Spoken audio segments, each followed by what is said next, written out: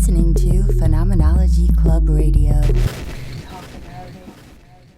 Hello, everybody, and welcome to our second meeting of this new series that we're doing. It is a public and free series that we're doing instead of our regular speed reading series, which we do in our members-only Phenomenology Club Discord server. Because of current events, we've decided instead to take the time reserved for that series to do this instead and to read over text relating to American politics and racism so that we can gain a better understanding of what it is exactly we're up against in the fight against structural racism and how best to strategize towards better outcomes, especially now when there's so much manpower mobilized around these efforts. You know, the time to act is now. And so if we want to act, I think what we must first do is, to the best of our ability, gain a comprehensive understanding of the U.S. legal structure and how it enables and propagates systematic racism in particular. So what we read tonight, well, actually, I'll start with for those of you who are new, and weren't at last week's meeting. First of all, I've just uploaded the audio from that meeting. There's a link in our read-only channel. The read-only channel is where I also post the text. I post links to the readings. So you can listen to that if you missed it. It was about 4 hours long, which is kind of brutal. It was a great discussion. I want to maybe keep this one a little bit shorter. Not that we have to leave and can't keep talking, but I do want to give people on YouTube or anyone who can't make it an opportunity to actually listen to these. And I feel like people might be dissuaded from listening to a 4-hour long upload versus a little bit of a shorter one. So this is my problem, you know, so I'll try my best to keep things a little more timely, just in the interest of getting other people to listen to these. So what we read last time, we read two texts. We read the U.S. Constitution in full, which is the most foundational document of the United States of Triple K America. It establishes the sovereign law of the United States. It's a very short document. The seven articles, right? And the 27 amendments altogether comprise just a little bit under 30 pages, but these 30 pages are spaced really wide, and you know, it doesn't really translate quite to 30 pages. If you haven't read it, I definitely think that you better, especially if you're a citizen of the United States of America. So what we discussed mostly last week was we spent a really long time discussing these first 7 articles, which are the most foundational parts of the Constitution, which was ratified first in 1787. And then 2 years later, some of these first amendments were added. There's 27 amendments in total. The first 10 comprise what we call the Bill of Rights. And I believe up until amendment number 12, don't quote me on that. I could look at that again. Up until Amendment 12 were ratified in 1789, 2 years after the initial constitutional text was ratified. And then it wasn't until 1865 that they passed the 13th Amendment, which is, as you all know, the amendment that abolishes slavery, with a very, very interesting added clause exception to this amendment, which we are about to get into right now. And we just actually also screened the 13th Amendment, this new Netflix documentary in here. I want to do some more film screenings. I know Lex had some suggestions for ones we could read, so please keep your notifications on. And if you miss any of our screenings, I post all the links also in the read-only channel. That Netflix documentary, the 13th, is actually free and public on YouTube. So if you haven't watched it, I highly recommend you watch that, because it was very, very informative, especially to the discussion we're about to get into about the Angela Davis text we read. But also last week we read a text by Lorenzo Camboa Irvin titled Anarchism and the Black Revolution.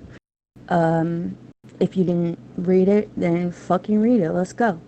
So tonight, what we read, again, we are going to be discussing the U.S. Constitution because we only got really into the articles last time. We started talking about the amendments and we did go over the Bill of Rights, but we're going to continue this discussion and talk specifically about the Bill of Rights and also the 13th Amendment, which is huge. And we also read a text, an essay by Angela Davis titled Black Americans and the Punishment Industry. It's part of a larger compilation of essays titled The House That Race Built. It was published in 1998.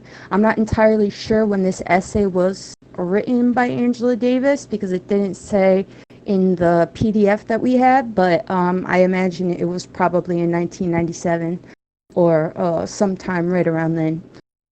Because she's speaking about like the three strikes laws and other laws that were passed around that time. So we are going to talk about this and then the U.S. Constitution.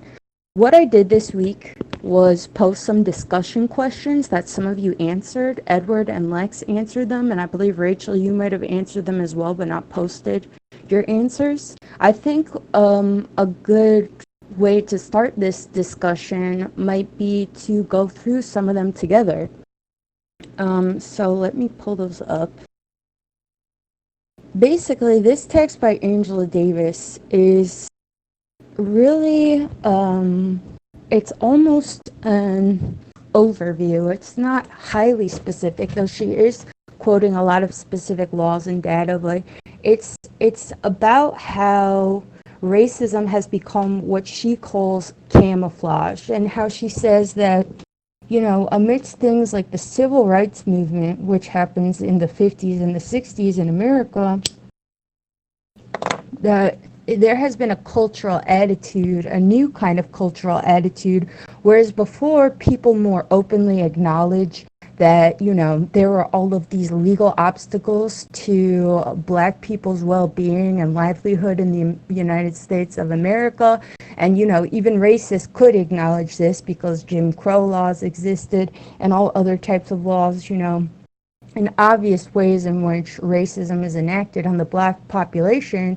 After the civil rights movement, racism becomes more subversive and it takes on characteristics that are not as easily identifiable as they were previously.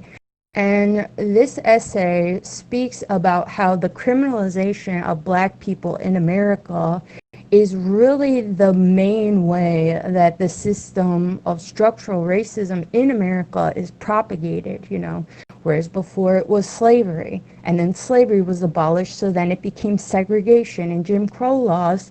Now, with the civil rights movement, racism has to go even more underground, and racism has to become even more nuanced and hard to identify. And the main way that racism exists in America after the civil rights movement is found in the way that our prison systems and our policing systems are set up.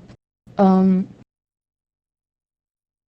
so I want to go through the discussion questions, and Edward and Lex, are you available to talk? Because I really like some of your answers, if you wouldn't mind if I call on you for some of the discussion questions. Yeah, just for let sure. me know. Okay, cool.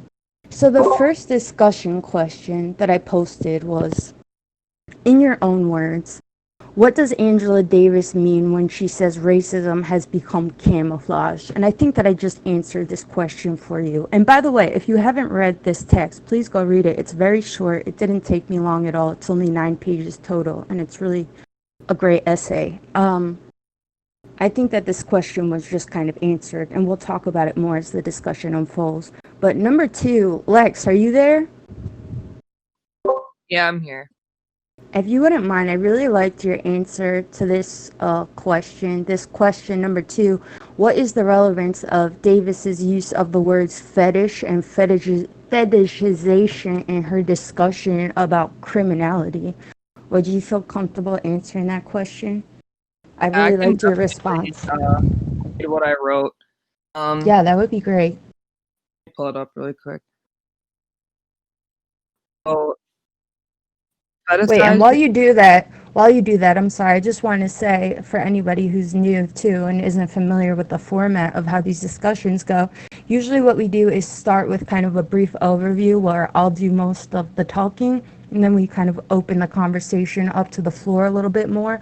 I like to give a sort of summary of the reading and make sure we hit on all the key points. But if at any time you feel like speaking, please just speak up. And if you don't want to be called on at all, because I am trying to call on people a little bit more, just type in the chat or something and let me know that you're not available or something, so that I don't try to call on you. But anyway, just wanted to let you guys know that. Please feel free to speak up whenever, but we also will broaden the conversation and open the floor up as it unfolds. Okay, sorry, Lex. Would you tell us your answer for this question? No, you're good. Okay, so I wrote the fetishizing of Black and brown people within the justice prison system is very apparent. Fear of Black men especially is seen with the way we imprison these people at higher rates for longer sentences compared to white counterparts. Police and systems of justice deem Black and brown people as threats, even objects, dehumanizing a community to equate to only a criminal. For Black women, drug use in the text was used to put down women of color, specifically deeming them as bad parents or unqualified to be mothers. These stereotypes and prejudices have become, in a way, obsessive or particularly abnormally fixated to target and compulsively criminalize Black individuals. Yeah, I really appreciated your answer here, and I feel like the answer to this question also ties into the next question, which is, what do you think Angela Davis means when she says that the increasing fear of crime, quote unquote, is ideologically produced? And this is one of the things I appreciated most about this essay. I feel like Angela Davis is really trying to convince us of this argument that, this idea that criminals are a thing to fear. She likens the fear of criminals to the fear during the McCarthy era of communists, this idea that there is an other enemy, and, they must be weeded out and eradicated. And she talks about how this kind of fear of crime itself is something that is ideologically produced, and it's produced partially through this fetishization of criminals as these sort of objects of crime, which you use that word objects in your answer, Lex. And I feel like this is kind of it seems maybe even too obvious for people to outright grasp, but it's like this idea is kind of novel, that the fear of crime itself is almost treated as a given, I think, in our modern era. We talk about criminals like, of course crime is the antithesis to law and order. Of course crime is, the ultimate opponent of all justice or anything in any civilized society, right? But it's so true that in the American political system especially, the fear of crime is a thing, it's a narrative that was specifically created that makes Black people the objects of this fear. This is a narrative that was purposefully constructed to marginalize and criminalize the Black community in the psyche of white Americans. And it's when you really think about it, I mean, it's just really interesting, because for myself personally, like I was just saying, I feel like the fear of crime or treating crime as the antithesis to any organized society and civilized society seems like natural, like all societies fear crime or people working against their laws. But I don't think that that's really as true as we might mentally treat it. I think she really raises a good argument here, and something to consider, that this narrative of crime, there's criminals among us and we must weed them out. This is a thing that's purposely constructed to influence the white American psyche to treat Black people all as criminals, to see them as being even naturally predisposed to things like crime. And this is a narrative that we witness all the time, you know. Especially in recent years, there's been this emergence of things like race realism, where people like, you know, Jordan Peterson and other Canadians, I'm just kidding, not just Canadians, but Canadians and also British people and Americans, you know, reviving the bell curve. Let's talk about the bell curve. Let's bring back ideas from phrenology, yada fucking yada. Anyway, so let's move on. The fourth discussion question was, what are the similarities Davis draws between the historical fear of communism and the fear of the criminal? And I just spoke about this briefly too. This is something she says in her essay, that whereas before people were afraid of the communist was the other and the thing that must be feared above all else. The thing that poses the greatest risk to American security and safety was the communist. Now it's the criminal in your own backyard, you know, and that person is associated in the minds of white Americans with black people. Question number 5. How does transnational trade and global capitalism make black populations, according to Davis, perfect candidates for prison? If I'm not mistaken, Angela Davis is a Marxist, or at least has Marxist sympathies. I asked our club member Tyler to be here because he's our resident expert on Marxism. I'm not sure if he'll pop up. I'm sure he would have a lot to tell us here. But Edward, are you there? I am here.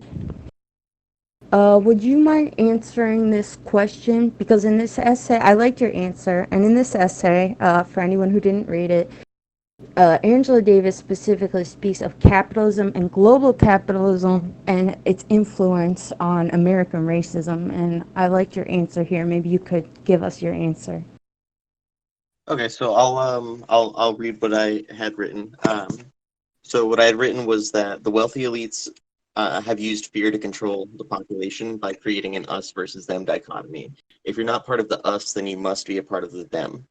So if you don't support capitalism without question, well, you have to be a communist. And that translates directly to this argument that we're seeing today, where if you don't support strong law enforcement without question, well, you must be a criminal.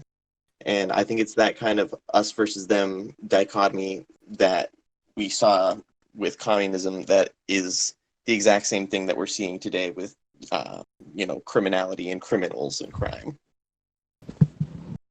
Was that your answer for the question I just asked? You told me to read number 4, right? Was it? I don't know. Sorry, maybe I messed up.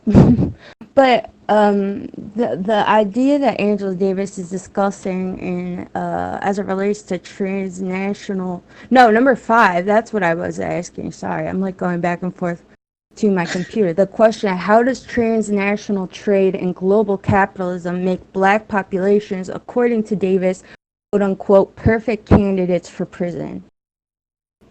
Gotcha. Okay, so do you want me to read that one then? Yeah, please. Okay. So for that one, what I had written was that crime doesn't happen in a vacuum. Crime happens because there is a direct need for it. People who rob banks rob them because they need money to live. People who are doing drugs are doing so because they're trying to escape the harsh realities of life. For any crime, there is a need that is not being met that has led to that crime being committed. Transnational trade allowed certain nations to undercut the value of labor in America, and so factories closed all around the U.S. Those same factories opened back up in China at half the price for the corporations, allowing them to profit much more. This led to an entire class of the black working poor, people who were already living on the poverty line, to become unemployed and spiral into full-blown poverty. It led to many formerly, prosper-ish industrial cities to have their industries closed, and with people who couldn't afford to leave. And now that there's that population of people who are desperate with nowhere to turn, nowhere to go, crime is bound to increase as people are trying to meet their basic needs. Add in, the racism that is structurally inherent in America and a racist police system that's been militarized and infiltrated by white supremacists, and we see that that we have this whole population of people who are almost being forced by their circumstances to commit crimes, but are also being sent to prison and forced to work in what is now the prison industrial complex, modern day slavery. Right. And I think it's important to point out, too, with regards to what you just said, people being forced to commit crimes. What is considered a crime is also custom tailored to target the Black community, So it's not even that, it's in a certain framing, you could say that the Black population has been pushed into a scenario where they might be more likely to commit certain crimes, but these certain crimes are things like, drugs that are specifically highly criminalized to target them, In the 13th Amendment documentary that we just watched, they were talking about the criminalization of crack cocaine. There was this completely sensationalized media effort to make it seem as if crack cocaine was like the newest, craziest, most dangerous drug ever, whereas cocaine was seen as more affluent, and they weren't going for people who do cocaine, even though cocaine and crack are pretty much the same thing. I don't know how many of you have smoked crack, but I've dabbled, and it's not even as crazy as cocaine. It's like vaping cocaine. Hello. But it's crazy, what is considered a crime and what kinds of minimum sentences that they give for specific crimes like crack cocaine. There is no reason crack cocaine should be prosecuted more seriously than cocaine, but the reason is that Black communities that are poor and had crack cocaine introduced to them on purpose as well, if they're more likely to use a drug, then that is the drug that we're going to penalize the most harshly for, But going back to this idea of global capitalism and transnational trade, what you said, Edward, that, the Black working class, which was already, is already a class that is only given some, jobs that no one else wants and shit like this, they're already struggling. And then to outsource all of our labor for a lot of these jobs, like trade jobs and factory jobs, to now send them all to China for a fraction of the price, then of course these people are at an increased risk of poverty, because now they're being replaced by outsourcing a lot of this labor to other countries for cheaper. And then on top of that, the problem is further compounded by the fact that the prison population itself is an outsourcing of labor. If you convict people and put them in jail because of the 13th Amendment, which we're going to discuss it here in a second, then the prison population is basically slave workers, So the problems are just at every angle compounding and compounding upon themselves in a way that is just fucking ginormous. So let's move on. The sixth question. Can I just ask a quick question? Yes. Does anyone know, in terms of the labor produced at prisons, where it goes, like in terms of are they making product? Or I know I've seen what's going on in Angola and Louisiana, and that's just straight up, because I have a thought that's kind of back. So I'm thinking of a lot of things right now, and I'm kind of stoned. The fetishization and how it goes in with what is associated with that, and how there's an aspect of, all fetish, can be related to a narrative. And ultimately, I think there's this narrative of, hold on, I wrote it down. Fetish, fetishizing is stereotyping with an aspect of power, I think. So if you look at, what other fetishes there may be, and trying to apply that same thought, that I think there's a deeper rooted kind of sick and evil motive behind all this. And that I wouldn't want to just kind of use this cheap labor aspect as I think it's worse than that. Does that make sense? Yeah. Yeah, it totally makes sense. And what you just said about power and fetish, I think that the fetishization of people is inherently a power move in that Yeah. you use your power to reduce people to an object. And in the way Angela Davis is using this word in her essay, she's talking about the reduction of black human beings to this abstract idea of some criminal, the association of black people with crime. You reduce them of their personhood and fetishize them as this embodiment of criminal activity, As far as what specific kind of ways the prison industry is profitable, I mean, this also is something that exists on so many different levels. This is actually the sixth question. What are some of the ways Davis mentions crime fighting has become a profitable industry?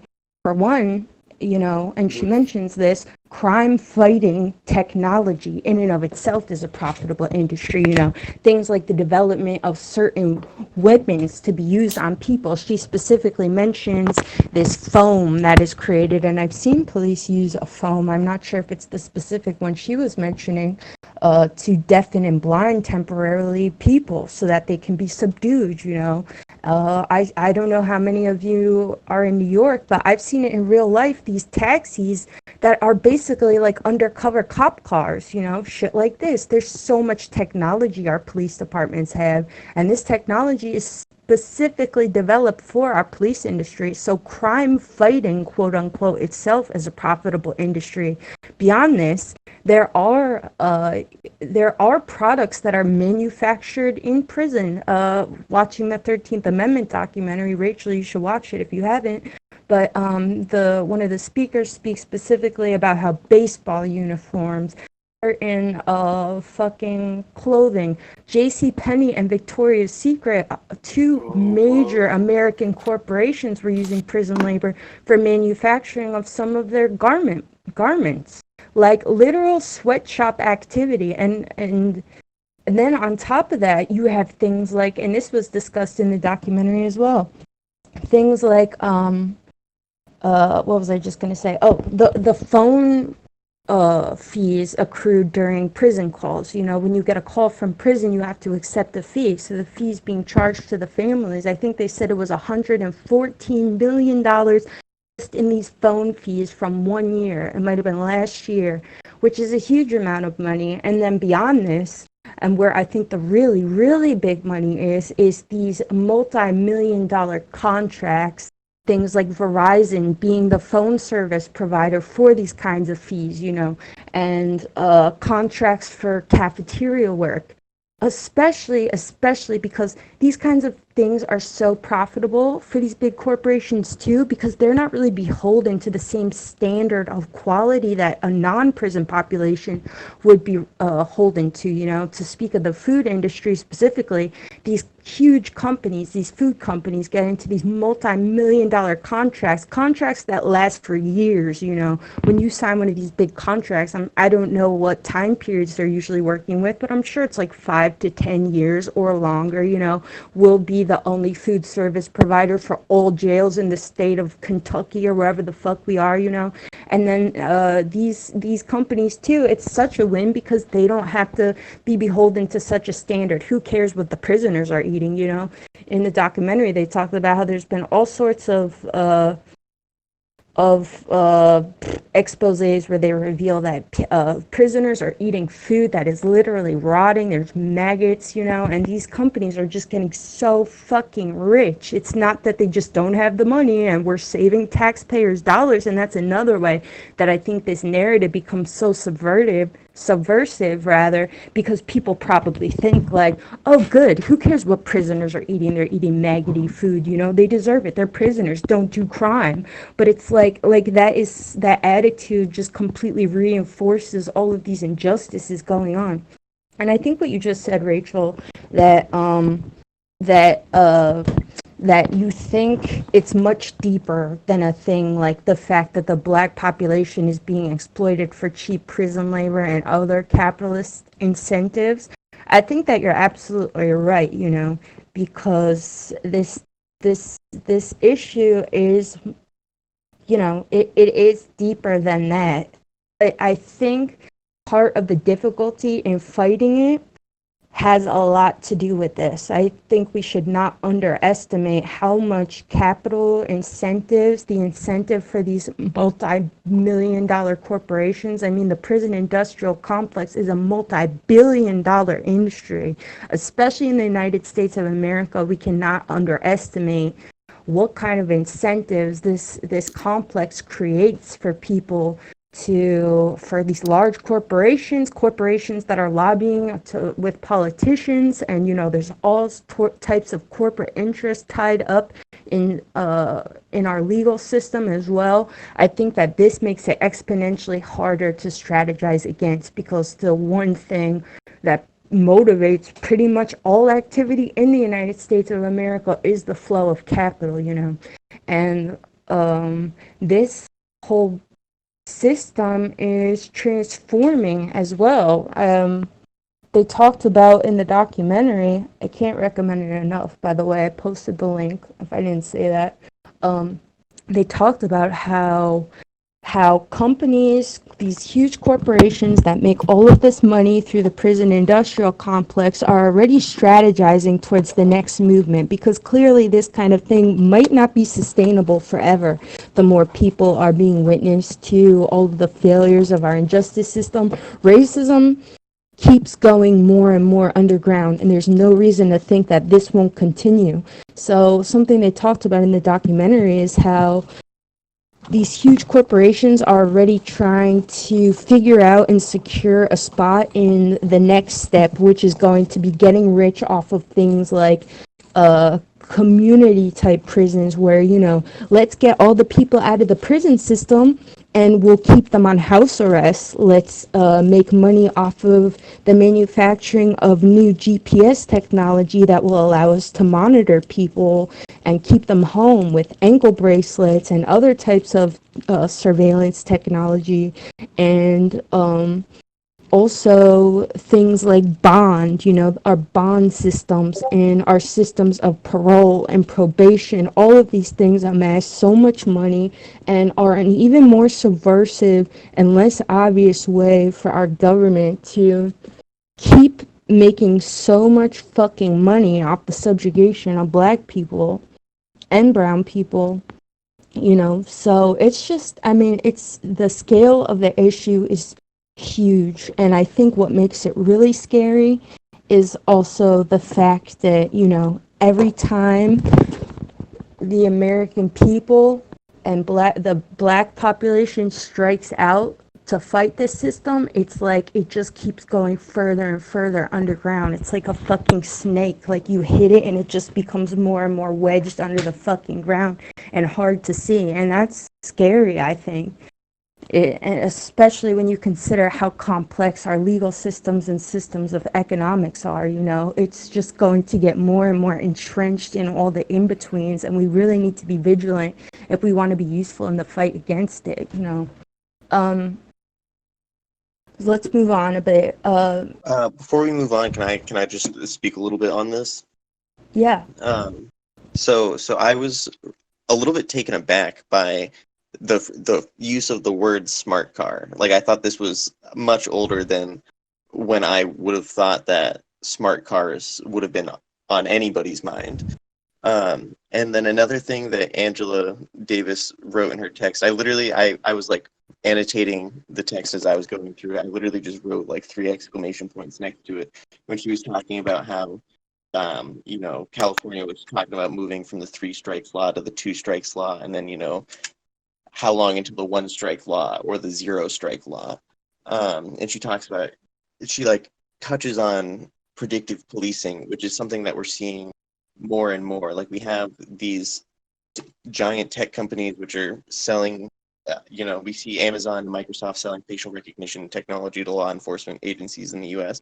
But there's also other companies which are selling predictive policing technology just like that, saying, you should have patrol cars at this area at this time because, we predict that there's a high probability for a crime to occur. But that's all based on these biased data sets that were gathered by racist police technologies in the first place. So when you're talking about, like it's going to continue to go more underground and stuff like that, that makes me as like a computer science AI kind of person very nervous because I have a feeling, at some point along the way, someone's going to be like, oh, computers aren't biased. Let's have computers decide something, and it's going to be based off of these racist biased data sets. And some stupid bullshit tech company is going to make stupid amounts of money off of it. Absolutely. And, to think of a thing like predictive policing, I mean, already the police, our systems of policing in every state already operate in a way where predictive policing is kind of the mode of things. I mean, even the fact that cops sit around waiting for something to happen, waiting for someone to drive by with a busted headlight, this is also predictive policing. I predict that if I sit my ass here, somebody will show up with some sort of problem and I will get them, and I will lock them up or whatever the fuck they're going to do, So, yeah, I mean, that's a great point, Edward. It also made me, I don't want to get off topic, it made me think of freedom of speech. When you said, when Angela Davis in the text said she was talking about this 3 strikes law, the law that I think is introduced in 1994 as part of Bill Clinton's federal crime bill, which we're going to be looking at next week, by the way. I'll talk about that later. But this idea that if you commit 3 crimes, serious crimes, I'm not sure what the crimes were. I don't know where the line is drawn. I don't know if it's misdemeanors too. But if you commit 3, then you're basically put away fucking forever, And when will it be 0 strikes? And how does this relate to things like predictive policing? It makes me think of the Michelle Carter case, which I'm always thinking about. I think this case where this woman, and we're not going to talk about it, so I shouldn't even bring it up, but I'll just say it since I already started. This case where this woman was jailed for, convicted of manslaughter for telling her boyfriend through text messages to kill himself. And, I think a lot of people were like, well, she should be punished. She's doing this. But it's crazy that people are so ready to accept that the difference between a homicide and a suicide is contingent on words spoken to a person. That literally makes words murder, And this is part of why we should be doing things like reading U.S. constitutional law and all of these other sorts of things to be able to understand how these sorts of legal precedents can definitely be used in a way that is super authoritarian and in a way where our most marginalized communities are going to suffer the hardest, because this aligns, or this is related to what you were just speaking of, Edward, with things like predictive policing, because it's reasonable to think that if words can be considered murder under law, then words could also be considered attempted murder under law. Things like this, we have to be hyper vigilant about all laws, even the most arbitrary ones or ones that we don't think are connected to other things. We should be hyper vigilant about observing the language of law and thinking first and foremost about what ways these laws can be abused. Because if there's a window of opportunity for abuse, it will absolutely be abused. And also, just briefly, while speaking of freedom of speech, it reminds me what I was just talking about with Noah in the chat, that, I was thinking when watching this 13th Amendment documentary, which is just laying bare all of the racist atrocities of our American legal system and its history, it's really I feel like there's almost this sort of gaslighting effect that is produced because we have freedom of speech in America. We have this freedom to do things like make these multimedia documentaries that show all of these images, that bring up all of these unclassified documents, showing and laying bare all the atrocities of our legal system. I feel like it almost manipulates your psyche in a way that makes you think the problem is not as bad. Because if it was so bad, then why are we allowed to talk about it? Why are we allowed to have this Discord server and discuss these things? Why are we allowed to meet up and talk about all of this shit that's right out in front of our fucking noses, I think that the effect it has on your psyche is almost that it makes the scale of the problem seem less severe and less urgent, So I think that that's something to be mindful of. And I thought of when Angela Davis in the text says that she feels the Black population has had an effect on their psyche by things like the presence of certain Black Supreme Court officials, like Clarence Thomas, I believe his last name is, and she mentioned somebody else, and I've seen this happen. This was before Obama, but I always see people, especially like racist Americans, bring up Obama to black people, like, oh, is racism really that bad? We had a black president, what the fuck are you complaining about, So I thought that was really interesting that she brought that up, but I don't want to get off topic. Let's move on. This is something I really appreciated. It relates to the next question I asked. Angela Davis, specifically in this essay, talks about how the incarceration rate of black women, all women, but black women in particular, is rising so much faster than it is for the male prison population. I thought that this was really interesting because I've never heard anybody speak about this specifically. I wrote down some statistics. Excuse me. Let me just look at them real quick. So in America, I wrote down so many numbers. This number, there has been a 716% increase in the population of our female prison systems, which is almost twice the rate for growth in the male prison population, which is insane. Almost twice as much of a growth. Because there are many less women in jail than men, but the female prison population is growing so much more. And she speaks specifically of ways in which the American legal system is targeting black women especially, and Latina women for crimes. And Lex, would you be comfortable speaking about this a bit? I'd like your answer. Yeah, if you want, I can read my answer that I wrote. Or just speak off the top of your head. I mean, could you just tell us some of the ways she talked about this? Like, what exactly, what are some of the specific ways that black women are being targeted? You can read it or say what you want. So some of the ways were included that were like talking about sex work and prostitution, and then kind of what we were talking about before with crack cocaine, specifically black women, and how women that use crack cocaine and or are drug users were seen to be unfit mothers. And I quoted in my answer, black single mothers seen as deficient, manless, drug-using breeders of children and reproducers of an attendant culture of poverty. That was something that I thought was in the text. And it's just such a weird concept, especially when we're talking about now sex work being, the new female liberation, and it's such a crazy concept that a lot of white women are doing the same thing on the streets, or profiting off of sex, yet black women are demonized for doing the same thing. So kind of like this double standard.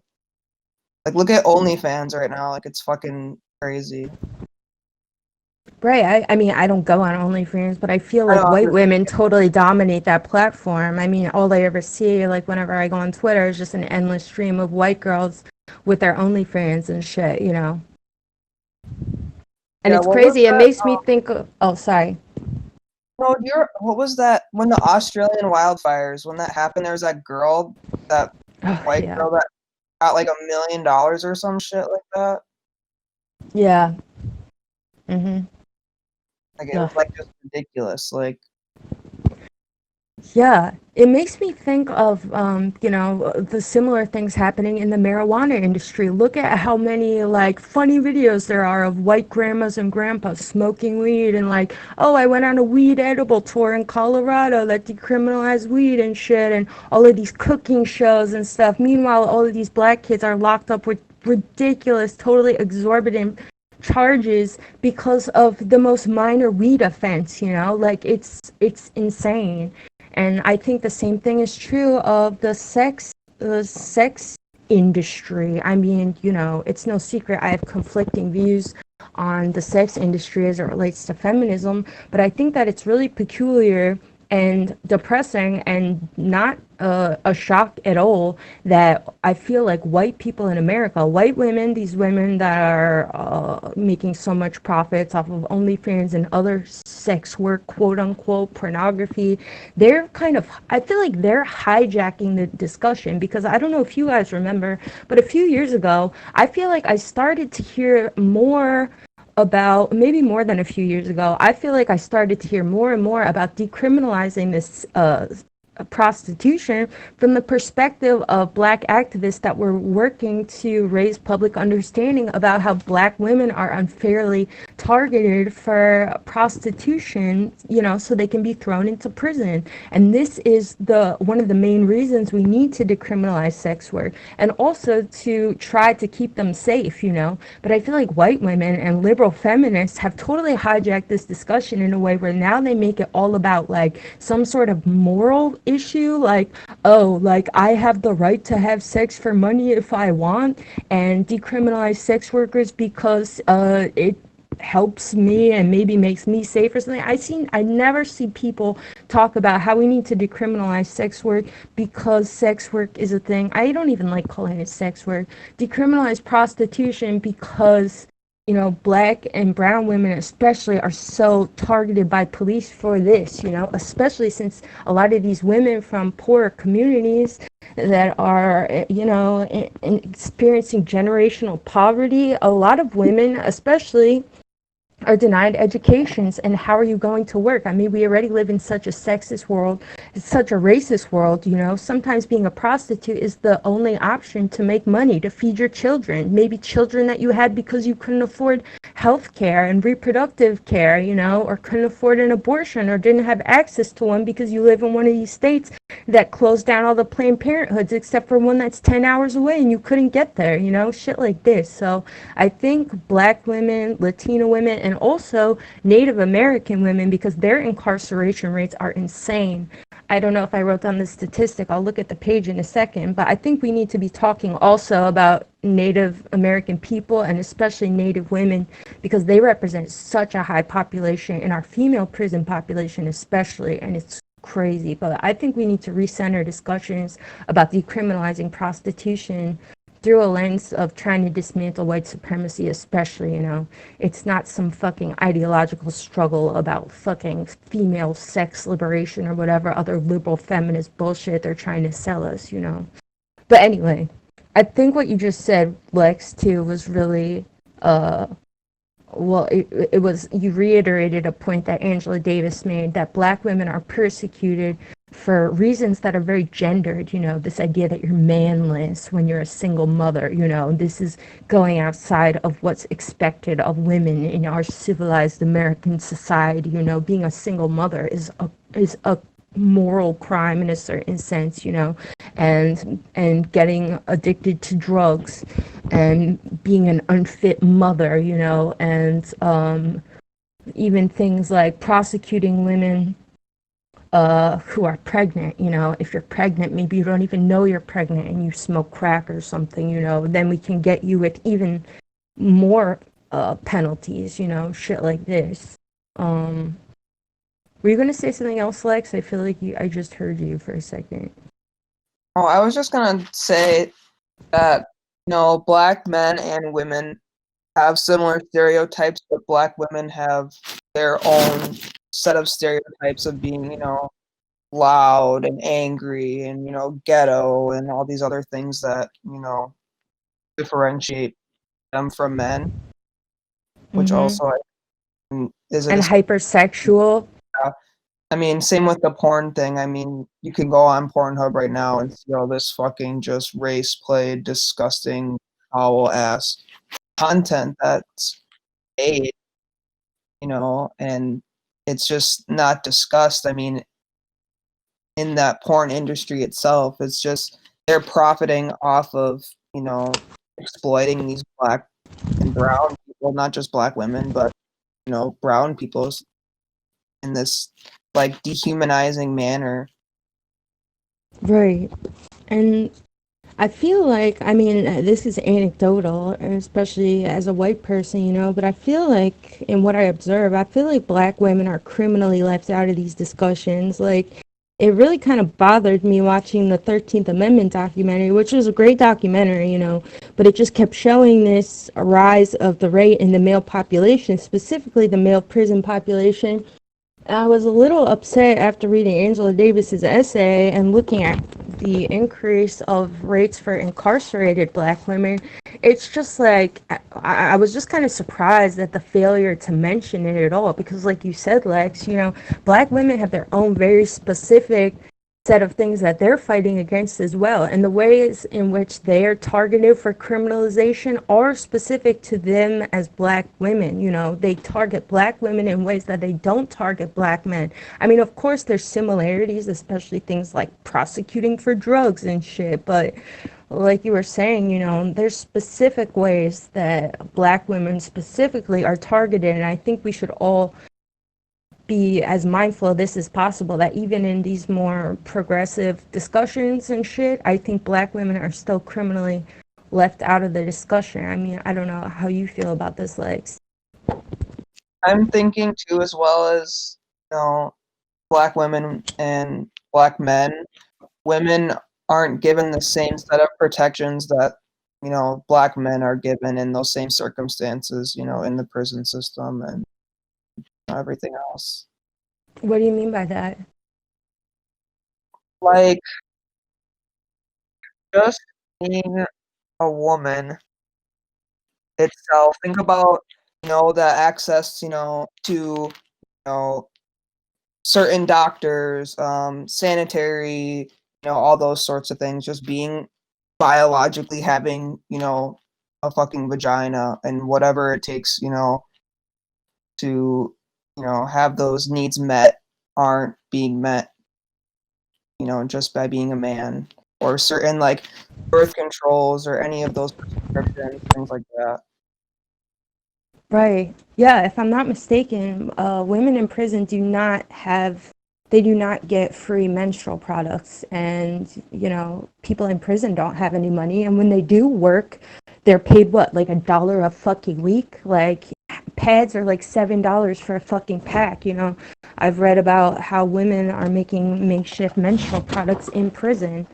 And yeah, things like fear of pregnancy. I think we need to also talk, specifically when we're speaking about prisons, the fact that male guards are allowed to be in female prisons, I think is a huge problem. I don't think that there should be any male guards in prison. There should also be a cops. I mean, the way that cops are able to rape women and get away with it. There's like all of these, I think only like 2 states out of all 50 states prohibit sex with incarcerated peoples. Like, it's insane. That should be rape up front. Like, a policeman having sex with a person in custody, it's insane. And they rape women and then say that they consented. And what are you going to do about it? Because there's no law saying that this is not consensual, But, I mean, that's ridiculous. We should be campaigning too for these kinds of issues. Get male guards out of female prisons, get female prisoners menstrual products, and changing laws around things like consent as it relates to police, shit like this, So yeah, this is definitely something we have to be really mindful of, especially in the context of this incredible increase in the female prison population. And also, a number that I've written down here too, it's important to note that 82% of female prisoners are nonviolent criminals, which is an insane number. I don't know what percent of the male prison population are violent criminals. If anybody could pull that up, if you're on a computer real quick, please do. But 82%. And I don't know how any of you feel, but I'm someone, for the most part, and I think a lot of us are. This is a discussion too that's really relevant right now, where we're saying that why are nonviolent criminals in jail, period? And 82% of the female prison population is for nonviolent crimes. Like, it's no wonder, that we're seeing this increase in the population, especially if we're getting them for nonviolent crimes. You can criminalize all types of activities, prostitution, drugs, like, it's crazy. Um, does anyone else want to say something on this point before we continue? We can come back to it. Yeah, Angela Davis has these speeches on Spotify. Okay. And one of the shorter ones is about like alternate economies, basically, and how people that are born into generational poverty kind of have to rely on these alternate economies, which she lists as being basically the drug economy and the sex work economy. And I just think that's interesting because when you're talking about the male and female prison populations, a lot of the Black and Indigenous people of color that are incarcerated on charges of, sex work or drug charges. And it's perfect because they're set up to be involved in those things from the get-go, like you were saying earlier. So Yeah, really absolutely. interesting. Absolutely. And also, I think, too, to speak of decriminalization for sex work, too, I think it's also important for the reasons you just mentioned. And please link that essay, if you could, or the speech to the Spotify upload, if you could. I'll post it in the read-only chat so people can reference it easily. But, we should also be having these discussions, especially for women, amidst talking also about things like making initiatives for women to have education, better access to education, better access to job placement, because Black women and Indigenous women, Latina women are fighting these systems from two axes. Not only are they targeted and criminalized for their race, but also as women they face specific obstacles to women, things like job placement. I mean, I forget what the wage gap is, but I know that I think for white women and white men, white women make 76% for every dollar a man makes, and for Black women, it's much lower. I just saw a prediction that said that the wage gap between white women and white men will not be closed until I think they're projecting the year 2050. And for Black women, I think it was the year like 2120 or something. And this projection just came out. They face such an uphill battle. So we shouldn't only be talking about decriminalization because, like you just kind of alluded to, a lot of these women, this is the only way that they can make money. So we want to create alternate opportunities for women to be able to have work without having to face the risks of sex work, the risk to their health, their immediate safety. I mean, the serial killer with the highest body count in all of American history was a man that specifically targeted Black prostitutes because they're the most vulnerable population. It's already hard enough to get police to care when a white prostitute goes missing. But Black women, forget about it. So many serial killers and general killers prey on Black women and Black women who are involved in the sex trade on purpose, and if these women go missing, then the cops say, oh, well, they probably got caught up in gangs, they got caught up with whatever, they don't even look for them. So yeah, we need to be listening to Black women, especially Black women like Angela Davis, that are talking about these things. And one more thing before I forget, I'm not sure if this is true, but something we should look into as well. I've seen Black women recently voicing some discomfort about the say his name. I don't know if you'd call it a hashtag or phrase or whatever that people are repeating for George Floyd. I don't have any opinion on this. I just want to make it known. It's something we could look into. That apparently say her name was supposed to be the original phrase, and it was made by Black women to emphasize that they feel as if Black women are being left out of these conversations about police brutality. I think it was for Sandra Bland, actually. I think say her name came out of the Sandra Bland case, and I saw some Black women speaking about this recently. So these are kinds of things that we should all be paying attention to as well, the ways in which they're excluded from popular narratives, because I think that they have special obstacles here. But let's move on. We're getting a little bit back to the broader context of the U.S. Constitution. So this question, Lex, actually, I really appreciated your answer here because you brought up something that I didn't even think of. This last question was, what ways, if any, do you feel race blindness, quote unquote, is present in the U.S. Constitution? How do you think this largely race exclusionary attitude could be strategized against? And what I was asking here is because, Angela Davis starts this essay by talking about how this attitude that, we should be blind to race. Race has become something more akin to a spiritual battle, a moral struggle, some sort of ideological struggle, and not something deeply ingrained in the U.S. legal system, and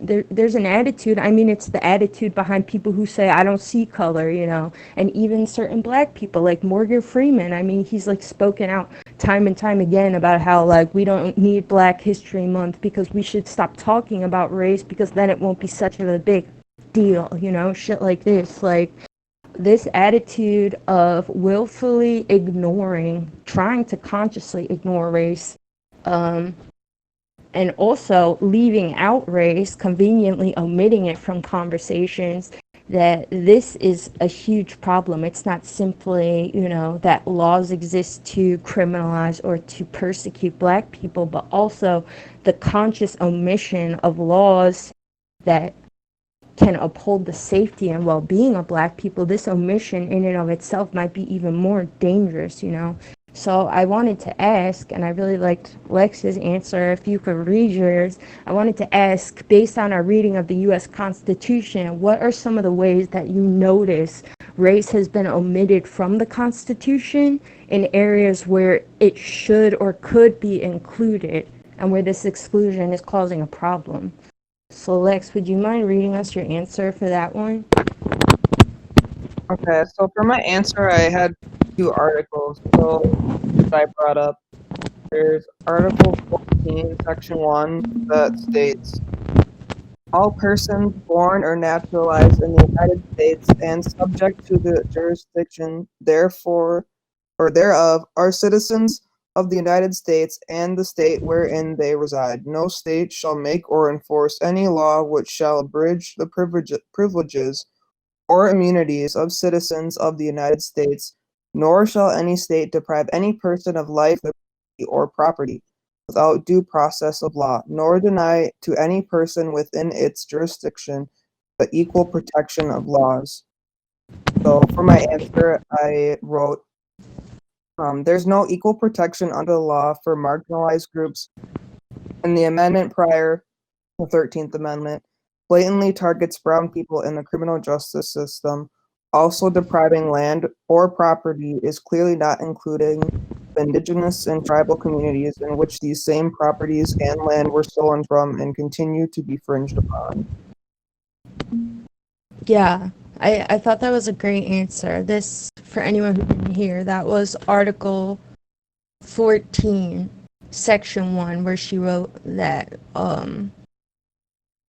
that there's no equal protections under the law for a marginalized group. And this 14th Amendment actually is very interesting. It's actually the amendment that is kind of cited as the justification for the passage of the Civil Rights Act of 1964, which we're going to read next time. Because I think something that is crucial, we've read the Constitution, we're talking about the Constitution, the amendments. This is the most foundational document of the United States of America. But when you look at things like how this, or what's considered the landmark wins of the civil rights movement, it's really down to a few key pieces of legislation. I mean, there's many pieces, but the most important ones and often cited ones is the Civil Rights Act of 1964, which, I'm reading the Wikipedia article here. It says that the law, the amendment that the Civil Rights Act is contingent on is the 14th Amendment. And this 14th Amendment, I think, is kind of strange and vague, and we should look at it in a second. But it kind of implies that there are rights that people possess that the Constitution does not explicitly outline. We'll look at the language of that in a second when we get into the Constitution here in a minute. But the other key pieces of legislation are Brown versus Board of Education from 1954, 10 years prior to the Civil Rights Act, which ended segregation in public schooling. And then also the Voting Rights Act of, I believe, 1965. And so these are some of the things we're going to be looking at in our next discussion too. I just wanted to say, originally I was going to have us read John Locke. John Locke is the Western philosopher that had the most influence on Thomas Jefferson and the other forefathers in writing the Constitution, and he kind of is one of the most often cited philosophers in political theories about liberalism, because I want us to really investigate the structure of liberal political philosophy, because I think that this is the overarching philosophy that the civil rights movement is kind of operating in, and also the current political philosophy we're kind of operating in, even though there are people talking about more leftist approaches. But I want us to really investigate liberalism itself as a philosophy, which we'll do soonish. But I think what we need to do first, now that we've discussed the Constitution, I feel like we're gaining a better understanding of it. We need to really understand too what the what the difference in function and, I guess, legal authority between things like acts, the Civil Rights Act, the Voting Rights Act, and also Supreme Court rulings, like the Brown versus Board of Education ruling, which ends segregation, you know, because there's all types of ways that wins can be won when we're strategizing and theorizing towards ending racism in America, you know. There's multiple routes and venues people can take to trying to do something, at least within this more liberal structure. And if we're trying to play by the rules, so to speak, of the current system, which is really all we can do at the moment, even if we're working towards more radical and revolutionary solutions, at the moment we are in a specific system, and we need to understand it and try to do what we can to better it, even if the goal is to move away from this system entirely. And speaking of wins, I don't know if anyone else has any news to share, but I was just watching the news to try to gain an understanding of what kind of things have changed already since the protest started about 2 weeks ago now. And I watched some like NBC Meet the Press bullshit. They were just talking about how multiple cities now have made some sort of legislative change. I think a bunch ended chokeholds. Chokeholds are no longer allowed in multiple cities. And they were talking about what sorts of changes the Democratic Party is campaigning for right now on the federal level. Apparently, I mean, this is to take the words of the NBC Meet the Press guy, so I don't know, take it with a grain of salt. But he says that there's 4 major changes that are being campaigned around right now. Number 1 is the, let me see, I'm looking, sorry. My handwriting's terrible. Registry. Oh, okay. The Democrats right now are trying to create a national registry of police misconduct, which I guess would do things like keep vigilant records of police misconduct. I mean, and maybe it would be like an open system. I don't really know. At face value, I'm not sure what this is supposed to achieve, if anyone else knows. They're also trying to put an end to no-knock warrants, specifically for drug cases. And this has come up, I think, specifically because of the Breonna Taylor case. Well, I don't think it is a case, but the Breonna Taylor tragedy where the police busted into her door and shot her, and they were able to do this even without a warrant because of this no-knocks warrant thing. I think they didn't even, or maybe they did have a warrant, but they don't have to knock. I don't fucking understand. And this is some of what we're going to be reading about next week, by also reading some of the U.S. code. The U.S. code, the United States code, is basically a collection of all of the laws, federal laws, that are passed at the federal level. And, you know, sorry, I'm all over the place right now, but like, I've been trying to investigate personally, like, okay, why is murder not a federal crime? Because murder is not a federal crime, for anybody that doesn't know. But if there's a rape and then a murder, that's a federal crime. And the reason is because of some sort of constitutional interpretation. And I'm not sure specifically for that one, but I imagine it has something to do with, like, crimes against property, you know, because women for the longest time were considered property. So if you rape someone and then murder them, now it's a federal crime, I guess, because you've also committed a crime against poverty. These are the kinds of laws that are passed all the time. On average, a website I looked at said that on average, 125 new laws are passed every year, and these go into this United States code. There's over 4,000, but I think even more than that now, laws, and nobody actually even knows the exact amount of number. I mean, all the IRS laws and shit are in here too, laws about taxation. There's so many laws. So we're going to be looking at some of those next week too, because we need to understand these kinds of things as well. Because, you know, maybe a thing to strategize towards is getting murder to be a federal crime. If murder was a federal crime, then the police, it wouldn't be up to states whether or not they're going to choose to prosecute killer cops, you know. The federal government would press charges against any policeman who murdered a citizen. Maybe this is something we should be campaigning for. Why is murder not a federal crime, you know? So these are some of the things we need to really understand as well. Just to continue this list of things that the Democrats are currently working towards, I said the National Registry of Police Misconduct, the end to no-knock warrants for drug cases specifically. I guess not for all cases, no idea why. Probably has something to do with money. The end of chokeholds on a federal level, which is interesting. I don't know what they're proposing there. Like, would this be an act against chokeholds? I don't fucking know. And also reducing qualified immunity. And qualified immunity is something that's come up a lot recently. Qualified immunity is some sort of legal precedent that I think was established by a Supreme Court case in which certain law officials, like policemen,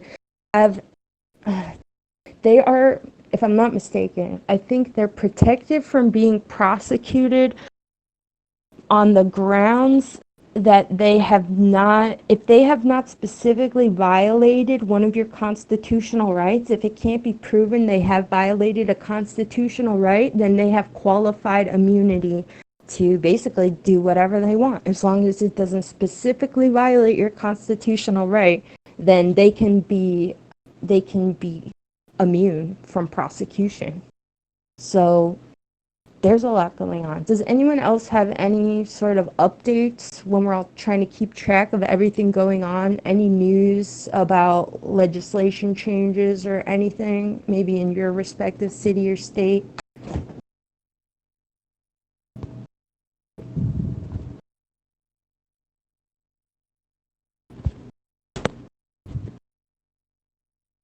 Anyone? Am I still here? Sometimes I cut out and I'm gone. You're good. Okay, good. Just wanted to make sure I'm not missing. No news? I mean, what's happening in Canada? I think we talked about this last week, but they've like the federal government has come forward and acknowledged that it's a problem, and the state, like the RCMP, have also come forward and said, okay, yes, there is systemic racism. So that's kind of like the first step that's happened here. I think I saw something about that, like Justin Trudeau came out and said something like this, right? And people were really upset with him. Yeah. What would Yeah. you say, judging from your anecdotal observations, how do you feel that the Canadian populace is responding to these kinds of things? Do they feel as if there's a problem? Do you think generally people feel this way, or is it just sort of evenly mixed, or what would you say the response is? I mean, in terms of the demographics of people who are in opposition and, or people who are fighting for change, obviously in the metropolitan city centers, it seems like it's high, but, as soon as you get to any sort of fringe city, or, they seem to be leaning towards more conservative values. But, also, like I said before, any sort of just even denying, even engaging in the debate about equality is like just automatically a denial of humanity of the people who have suffered by it. And so, and I think there needs to be a widespread acknowledgement, because I do believe that the media plays a massive part in, in how the general population functions. So I think the media is also another thing that needs to be heavily addressed, because ultimately they're the ones who are, perpetuating these types of messages. Yeah, there's a lot of shit to consider. Right. But I mean, well, another thing too. There are marches that are going on right now. At it's called the Georgia Viaduct, and it's like it's one of the main roadways into like the downtown core, and it was built I think in the 60s, and they essentially tore down this neighborhood that was called Hogan's Alley. And I mean, I found out that Hogan's Alley is just a what do you call it? Like a nickname for kind of like a ghetto, which came from some political cartoon, I think, like in the early 1900s. But so they destroyed this community called Hogan's Alley, and it was predominantly, it was like predominantly a black community. And they tore it down and built, these roadways to go into the city. And so there have been protests there for the past 2 days. And I don't think a lot of people know about the history of like Vancouver's, cultural communities. So Yeah. any publicity is good publicity. Something that I'm definitely appreciating is seeing more and more, I think, non-American countries start to acknowledge the role that they play in racism as well, because it's definitely an attitude that we encounter a lot in the States, where Europeans and Canadians will come and be like, act as if we're all just like these racists, like, like, oh, we don't have these problems in our country, like, it's like, it's so I feel like it's this, you're trying to absolve, not you, but they're trying to absolve themselves of accountability, and people don't really challenge them on it, because half of the time we don't know what goes on in your country, we really just don't. But yeah. I think that's part of it. We should really be also thinking about, and we are going to do some readings about this too, as we broaden our perspective after, right now we're focused on American law and politics, but we want to get the most broad perspective possible. And I think reading authors like Angela Davis, also Lorenzo Camboa Urban, who we read last week, who are also talking about these global systems of capitalism and how the very structure of capitalism itself also has systemic racism interwoven into it, on a global level. So we also need to be invested in dismantling white supremacy from a more globalized perspective, and the entire Anglosphere is complicit in this and upholds this system, and the profits of all of our white countries are intrinsically linked to the exploitation of people in Africa and in Asia and, other people. So the system of capitalism itself is enacting a white supremacist agenda. And this is why we're seeing more and more people I think, speak about how if we really want to dismantle white supremacy, we need to dismantle capitalism, and we need to take on more revolutionary, radical approaches to trying to fight this system. Because while it's true that at present all we can do is vote and try to get acts passed and bills passed and try to work within our system of quote unquote democracy, you know, this will only be sufficient for the scale of this immediate problem. But the problem is much bigger than America, and so the solutions are much bigger than working within the system of America. So let's look at the Constitution again real quickly. Like I said, I want to keep this discussion a little shorter just so that people can actually digest it, and people who might be listening to it outside will actually want to listen to it. But we should talk about the Constitution for a bit. I don't know about you guys, but I feel like the more I'm learning, just in these past 2 weeks alone, a lot of this information is information that I feel like I was taught in 7th grade and have since just completely forgotten and filed away and like never fucking care about this shit. I feel like I'm almost motivated by learning more. It almost seems like the problems seem more and more transparent, you know, which is like kind of scary, because like we were talking about before, it's like, so these problems are just right out in the open, huh? It's not some big conspiracy and that's the reason we haven't solved them. They're just right in front of our fucking noses and we haven't done anything about it, even though the problems are so obvious. And some of the strategies towards ending them are also kind of obvious seeming, you know? It's depressing. At the same time, I feel like less confused in the face of these problems and more enthusiastic and motivated to feel like these problems can be fixed, you know? There's so many, the problems are pretty fucking clear. They're right in front of us, you know? And just gaining a little bit of a more comprehensive understanding of how our legal system is structured, I feel like a little bit more, I don't know, less afraid in the face of it. Do any of you share in this feeling, or is it just me? I just want to say, for one, the American education system is definitely soup. I'm sorry, I've been listening the whole time, but yeah. I see you typing. Hi, I'm so glad you're here. For sure, I'm glad to be here. Like, this is definitely an honor. Yeah, thank Shut you. up. Hell yeah. Oh, How are you doing?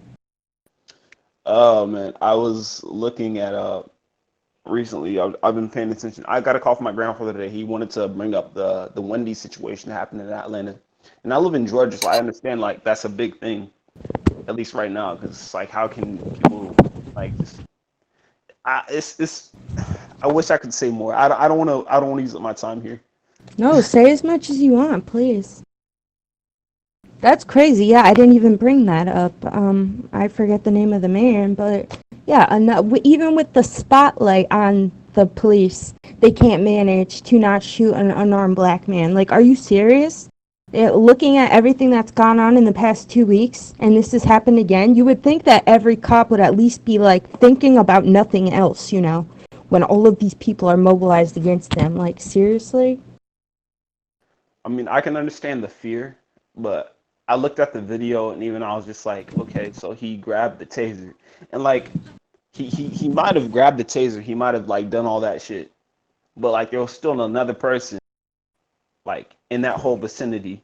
You had a gun, he had a gun. If he got tased, you know what you could have done? Tackle that motherfucker. Like, I'm a black man. Still, like, look, it's a whole bunch of situations that there's so many ways this could have been dealt with differently. I know maybe my man who was the officer, he didn't want to get tased. I understand that type of shit. But like, even then, it's not like it would have been any worse of a situation. We still have to deal with the loss of life here of a man who was coming back from his daughter's birthday party, right? And that's fucked up. That's so fucked up. And like, if you don't want to get tased, if you don't want to get hurt, how about you like don't sign up to get a fucking cop, to be a fucking cop? You know, getting tased or killing someone, really? And with all of this going on, I mean, there's so many examples. It's just another in the long list of entries about how fucking incompetent and how ingrained this idea that black lives are just completely expendable to the American police force, that they don't, even with all of these protests going on, it still happens again. You know, you would think that at least this would be like at the forefront of their mind, like, don't have another George Floyd. I don't want to be the person, you know, like, even if for entirely selfish reasons. But even with all of this going on, they still managed to kill another black man. Like, they're like that. so incompetent. With even with all of the tension, like I remember growing up, because I've been here for like the past 10, 11 years, and I've seen people like have like all their clothes in their car, sleep in their car, do everything in their car. This man was asleep at his wheel, but he wasn't moving. So like, it's not like you're gonna check on him to see if he's dead or alive or anything like that. He was just in the Wendy's parking lot because he was drunk. He wanted to go to sleep. So are you telling me I just gotta sleep in the back of my car now? Like that's really all I was looking like. I was like, for real, like y'all checked on him because he was asleep. He was asleep at his wheel. Now I don't know the full situation. I don't know if the car was on. I don't know anything, but it goes way deeper than that. Like there's so much more I want to say, but it's just like it's so much more deeper than this. It's so fucking deep. I can't. I'm gonna let y'all get back to it. I'm sorry. I hate for it being No, anybody. you're here too. I mean, your perspective is the one that we're most interested in hearing, you know, because this affects you on a personal level in a way that I can't relate to, you know.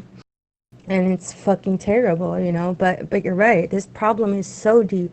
It's so complex because, you know, like we've been discussing the past 2 weeks, like this problem is structural, and we do a disservice to the scale of the problem when we only talk about it as some sort of moral or spiritual or whatever struggle, which is kind of the mode that a lot of liberal people and Democrats have kind of, you know, tried to mobilize us. This idea that like, oh, it's, you know, we all just need to learn to love each other and stop the hate, you know. It's so much deeper than that. But at the same time, it is about visceral hatred. It is about something that's so deeply rooted in experience itself, you know, because what is the mechanism that underlies the fact that a cop can, in a moment of panic, much more easily shoot a black man than a white man, you know? How do you fix a problem like that? Because we could talk all damn day about the Constitution, about civil rights acts, about Supreme Court rulings. At the end of the day, too, you know, these deaths come down to a split-second decision, and this decision is motivated by an entire lifetime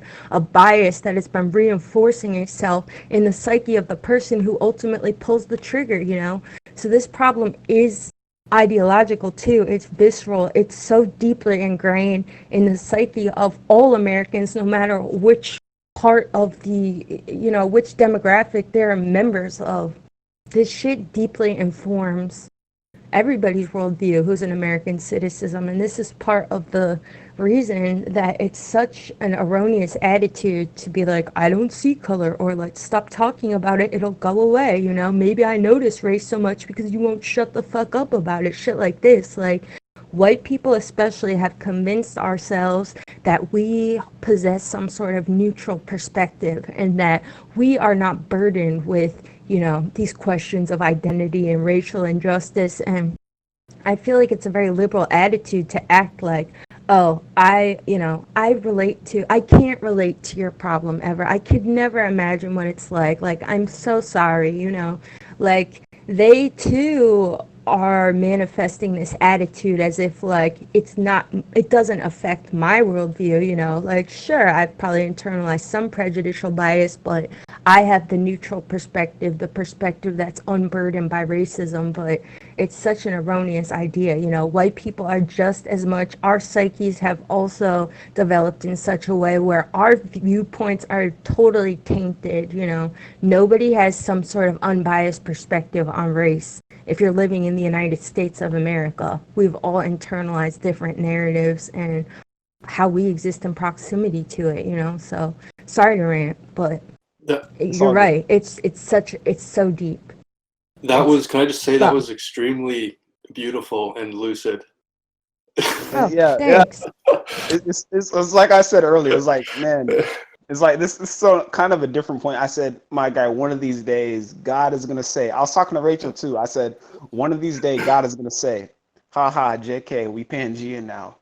Guess what? Then it's world police. Can it happen tomorrow? What the fuck's gonna happen then? What the fuck? Yo, America is already world police. Team America. For Team real. America, world police. I love Team America. For I don't for care. now, U.S. hegemony is on its way out the door.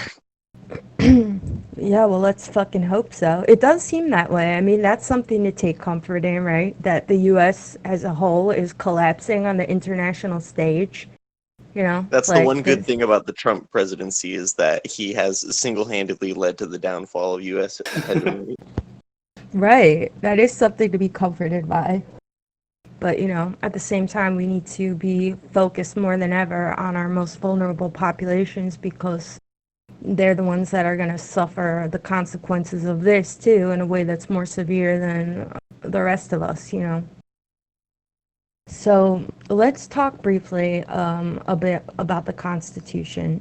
We won't go on too long. If any of you read it for the first time or reread the amendments, do any of you feel like you had some sort of revelatory moments in reading this document or rereading it? Did anything come up in your head?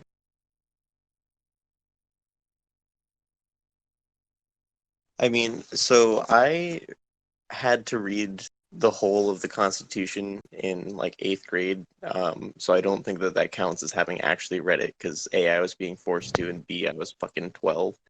But one of the things that, you know, more sentient me noticed, and this doesn't necessarily relate to like social justice or anything like that, but was that the Second Amendment doesn't say like every fuckhead gets to have a gun. It says, you know, like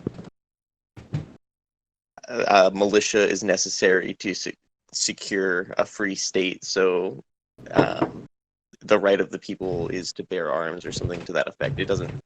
It sounds more like it's talking about like militias than it's talking about like individual fuckheads having guns, which I thought was interesting. Right, and you weren't here last time, but we discussed how the Second Amendment is not even a grammatically correct sentence. And the way that it's incorrect actually obfuscates the meaning of it. I feel like the meaning of it is not well understood. It's open to interpretation. And I remember having like a similar discussion about this when I learned about it in class. And I mean, fucking the U.S. schooling system is very geared towards making people believe one thing or another.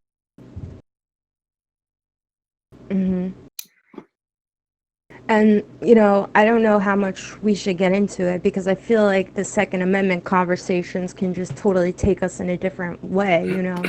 But I think to think of this Second Amendment specifically and how it relates to things like white supremacy, you know, I believe it was Rachel who was telling us in Phenomenology Club the other day about how the NRA used to be more of a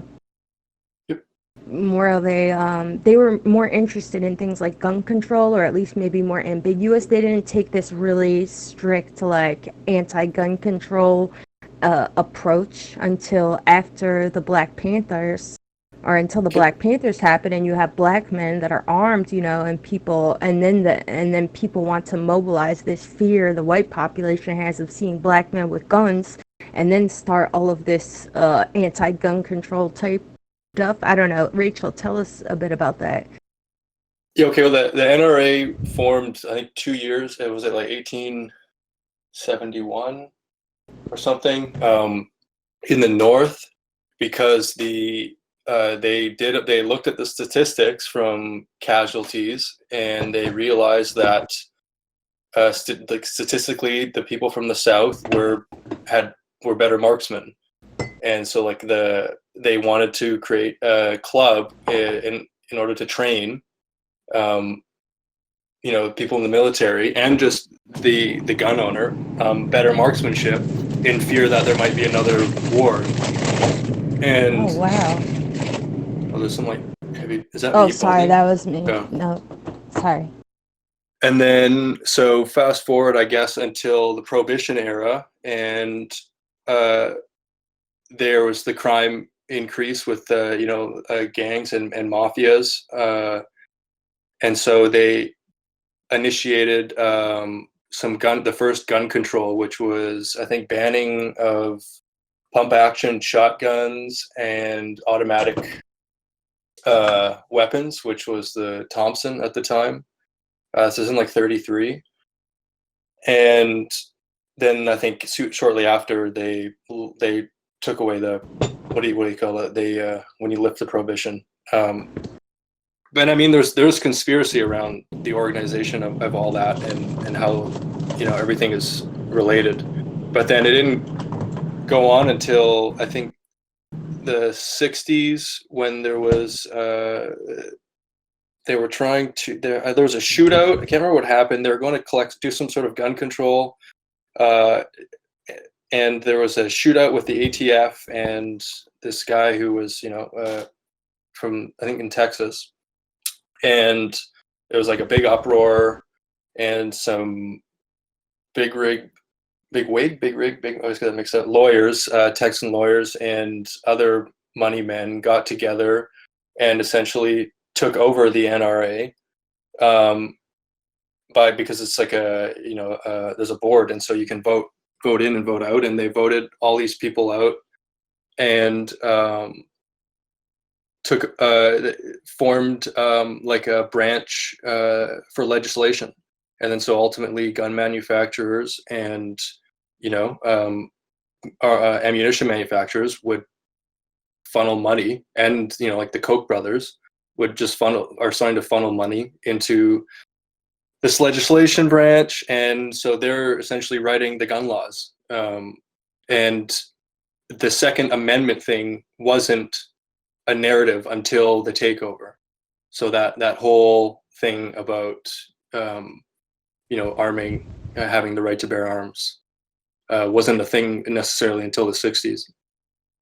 I don't know how much it played into the narrative of the Black Panther movement, but that, I mean, obviously, they're related. Mm-hmm.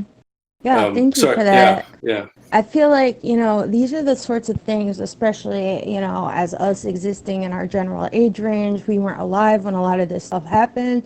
We take for granted, I think, the way a lot of specific narratives build. I mean, we're witness to the rise and fall of new narratives every day. Look at social media. Look how many narratives we've been through in 2020 alone, but just the past few years, I mean, this entire thing, what we're experiencing, Black Lives Matter and shit like this, we witnessed this narrative build in real time, because I would say for the longest time, this wasn't really a discussion. This wasn't really a discussion until like 2014 when Trayvon Martin was murdered by George Zimmerman, and then we started to see more and more mobilization against police brutality, and this sort of a thing has happened before. It's come in waves, but it's interesting to see a narrative like this build in real time and to think about how narratives build in real time and how influential the building of certain narratives become, so it's important to be learning about things like what Rachel's just told us about,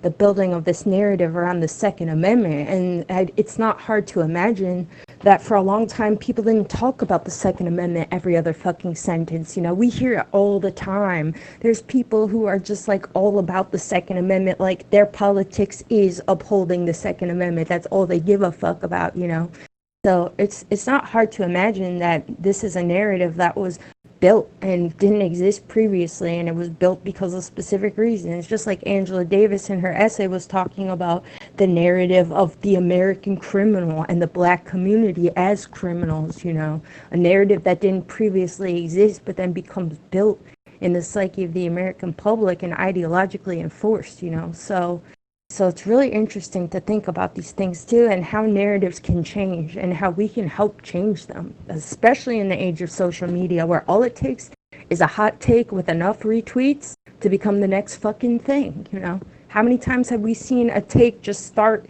a little bit here and there, and then all of a sudden it's the thing everybody's quoting, everybody says, it's easier now more than ever, I would say. Rachel, we're not going to talk about the Second Amendment really, but not in this. Maybe after we go through once again through the amendments real quick. Because this is a really relevant discussion too as it relates to race. I think more and more we're seeing people be less pro-gun control in more progressive movements, because with all these school shootings that were happening every day, at least in the media, I'm sure, well, they're not happening now because schools closed due to Rona, but when all these school shootings were happening, that's all we were talking about for a while. Gun control, gun control. Every Democrat was campaigning around more and more gun control because that's what the people are telling them they want, And a lot of liberals and Democrats are totally pro gun control, but I think now recently we're starting to see more and more people start to feel less gung-ho about gun control because, maybe Black Americans should be armed. Maybe vulnerable people should be armed. Gay people, women, radical revolutionaries need to be armed. So I think you're seeing an attitudinal shift right now, too, towards less being definitively pro-gun control and people starting to open their mind to the reality that, maybe these Second Amendment people weren't as crazy, or they are as crazy, but maybe for different reasons than we like to think. But let's not get caught up in the Second Amendment. Let's just go through one more time, because the only way to learn things is to go over them over and over again. I'm just going to go over the amendments real quick. I'm just going to recite them. I won't read the text. I'll give a summary. So for those of you who don't know or don't remember, the first 7 articles of the Constitution are the articles that establish the structure of U.S. government and how it operates. The first article, establishes the legislative branch, which is Congress, Congress being the House of Representatives and the Senate. Second article establishes the executive branch, which is the president and all his peoples. And then the third article establishes the judicial branch, the branch whose job it is to interpret the Constitution. And they are the Supreme Court. And then these further articles up until Article 7 establishes how government runs. Then we have the amendments. There's 27 amendments. And these are very hard to pass. The first 10 amendments are what we call the Bill of Rights. These amendments speak to the rights of individuals in America. And we're going to go over them really quick right now. So this First Amendment of the Bill of Rights. Congress shall make no law respecting an establishment of or prohibiting free exercise of religion. So this is the right to freedom of religion. Also in Amendment number 1 is the freedom of speech and freedom of the press and the right to peaceably assemble, the right to protest, and also the right to voice your redress of grievances, basically to complain about the way the government is operating. This is the First Amendment. So the First Amendment has like 5 things within it. Right to protest, right to speech, right to religion, which is kind of weird, but whatever. Let's continue. Second Amendment, right to bear arms. We know this. Amendment 3, no soldier shall be quartered without consent of the owner. Okay, great. Amendment 4, unreasonable searches and seizures. You cannot enter into somebody's household without a warrant, and you can't get a warrant without probable cause, which is an incredibly vague use of language here, and we know for a fact that this is weaponized against the Black community in particular, because what is probable cause to get a warrant? All you have to do is tell a judge you smell weed or something, or maybe they were acting suspicious. I mean, this can be so easily manipulated. Amendment number 5. You can remember, when people say, I plead the 5th, this is what they're talking about. Amendment number 5, the right you have to not be a witness against yourself in a criminal trial, and also your right to a grand jury, and not to be deprived of life, liberty, or property without due process of law. Amendment number 6 is the right to a speedy trial. Amendment number 7, the right to trial by jury in civil suits over $20. So basically the right to sue your neighbor.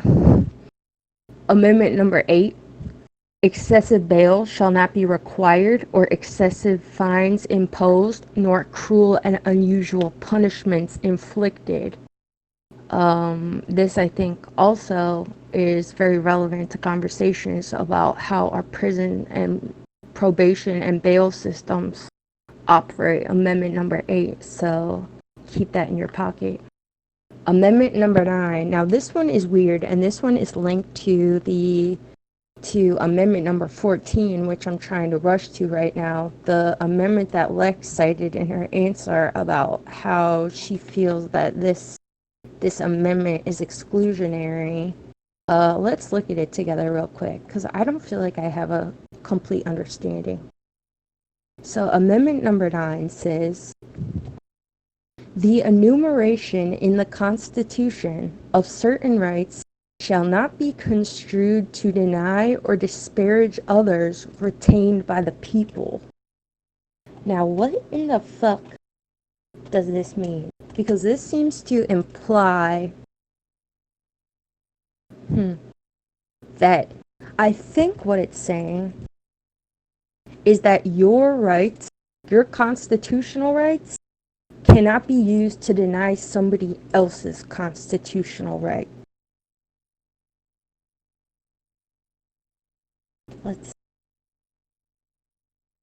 I've just looked it up. Google says this. The Ninth Amendment was part of the Bill of Rights that was added to the Constitution on December 5th, 1791. It says that all the rights not listed in the Constitution belong to the people, not the government. In other words, the rights of the people are not limited to just the rights listed in the Constitution. This is so interesting, and I feel like as time goes on and we continue these discussions, we should come back to this. Because why do you guys think, if anyone has an answer, why do you think that the Ninth Amendment exists? Like, what is the function of this amendment here? Oh, I have an answer for that. Give it, Edward. Okay, all right. So the function of the Ninth Amendment is to say that that by default you have the right to do whatever the fuck, because we're a free society, we're a free people. That was like the founding principle, was freedom. Hell yeah. The point of the state is not to tell you what you're allowed to do. The first 10 amendments in general are telling you, these are the things we promise you right now we're not going to take away from you.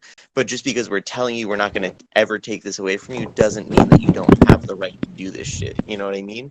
So it's saying that anything not enumerated in these doesn't mean that you don't have the right, and any powers not enumerated in the Constitution as it exists currently doesn't mean that the state doesn't have the right. It means that by default the power lies with the people, and that you can do whatever the fuck until we say no, and until it's justified by the laws as they exist. So a lot of laws that we see today, where is the precedent in the Constitution to support these laws? And a lot of it comes from those articles in the beginning that say that they can pass laws to support public health and safety and to support interstate commerce. And that's, those two articles, I forget exactly which ones, are essentially the basis for the majority of the laws that we have today. But that Amendment 9, that says that the rights of the people aren't limited by the rights that are given explicitly in the Bill of Rights, is saying that freedom is the default. You can do what you want by default. It's only when the state, or the federal government rather, says that you can't, and then you can't. But powers not enumerated by that are left to the people.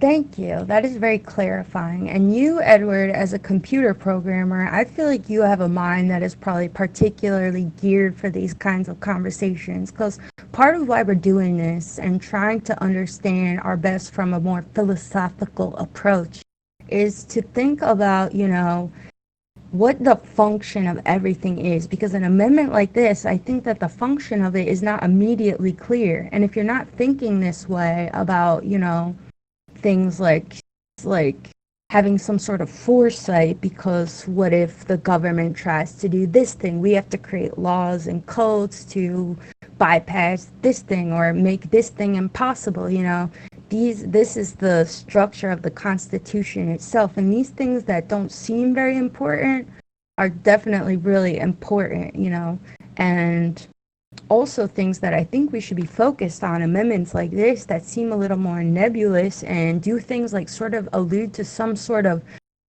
rights people possess outside of the Constitution. I mean, this is a big thing to include, because like Edward was saying, if you don't include some sort of right that says you are free to do anything that is not specifically outlawed in the Constitution, if you don't do that, then they could always your respective, or the government could set some sort of limitation on you that imposes on you in some way, in any way they want. So to include this law, which seems so vague and strange, this amendment rather, it does have a function.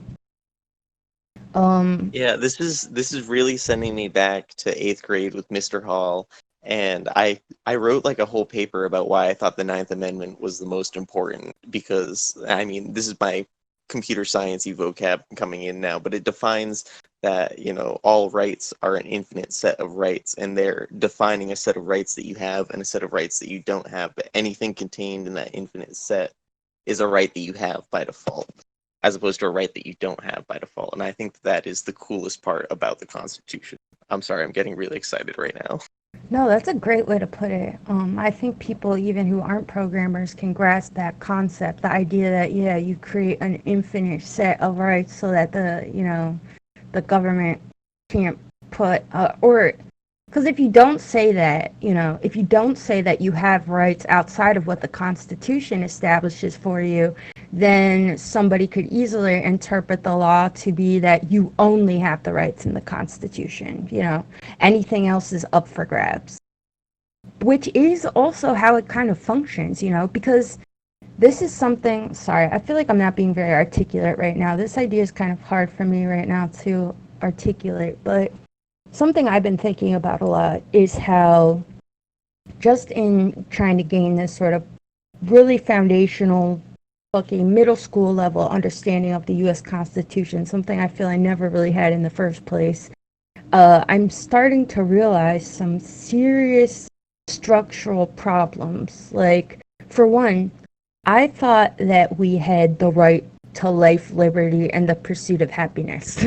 I thought that that was in the Constitution. And for a long time, I'm like, okay, well, let's use this language to justify something like universal health care, because we have the right to life, right? So couldn't we interpret this to mean that the government should not be able to, or has to regulate things like healthcare and how expensive it becomes because the federal government is in charge of commerce, things like this? But, this is not even in the Constitution. The right to liberty, life, liberty, and the pursuit of happiness is in the Declaration of Independence. And the Declaration of Independence is even more foundational than the Constitution from a historical perspective. It establishes the most foundational principles of American political theory.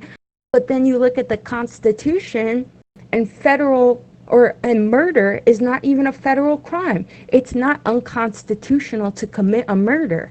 But this seems like a problem, like the omission of this law is a problem, it seems like, because then how isn't a foundational principle of the United States political theory to be that we have the right to life, but murder is not a federal crime? And this is why cops are able to kill citizenry and there's no charges brought against them, because it's up to individual states to have discretion about whether or not a murder is justified or not, or whether a thing is a murder at all, because murder under law is only the unlawful killing of a person, not the killing of a person for any reason.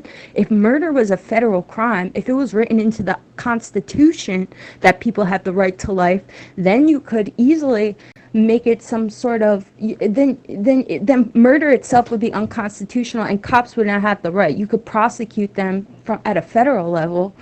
They wouldn't be Well, allowed to just get away with shit.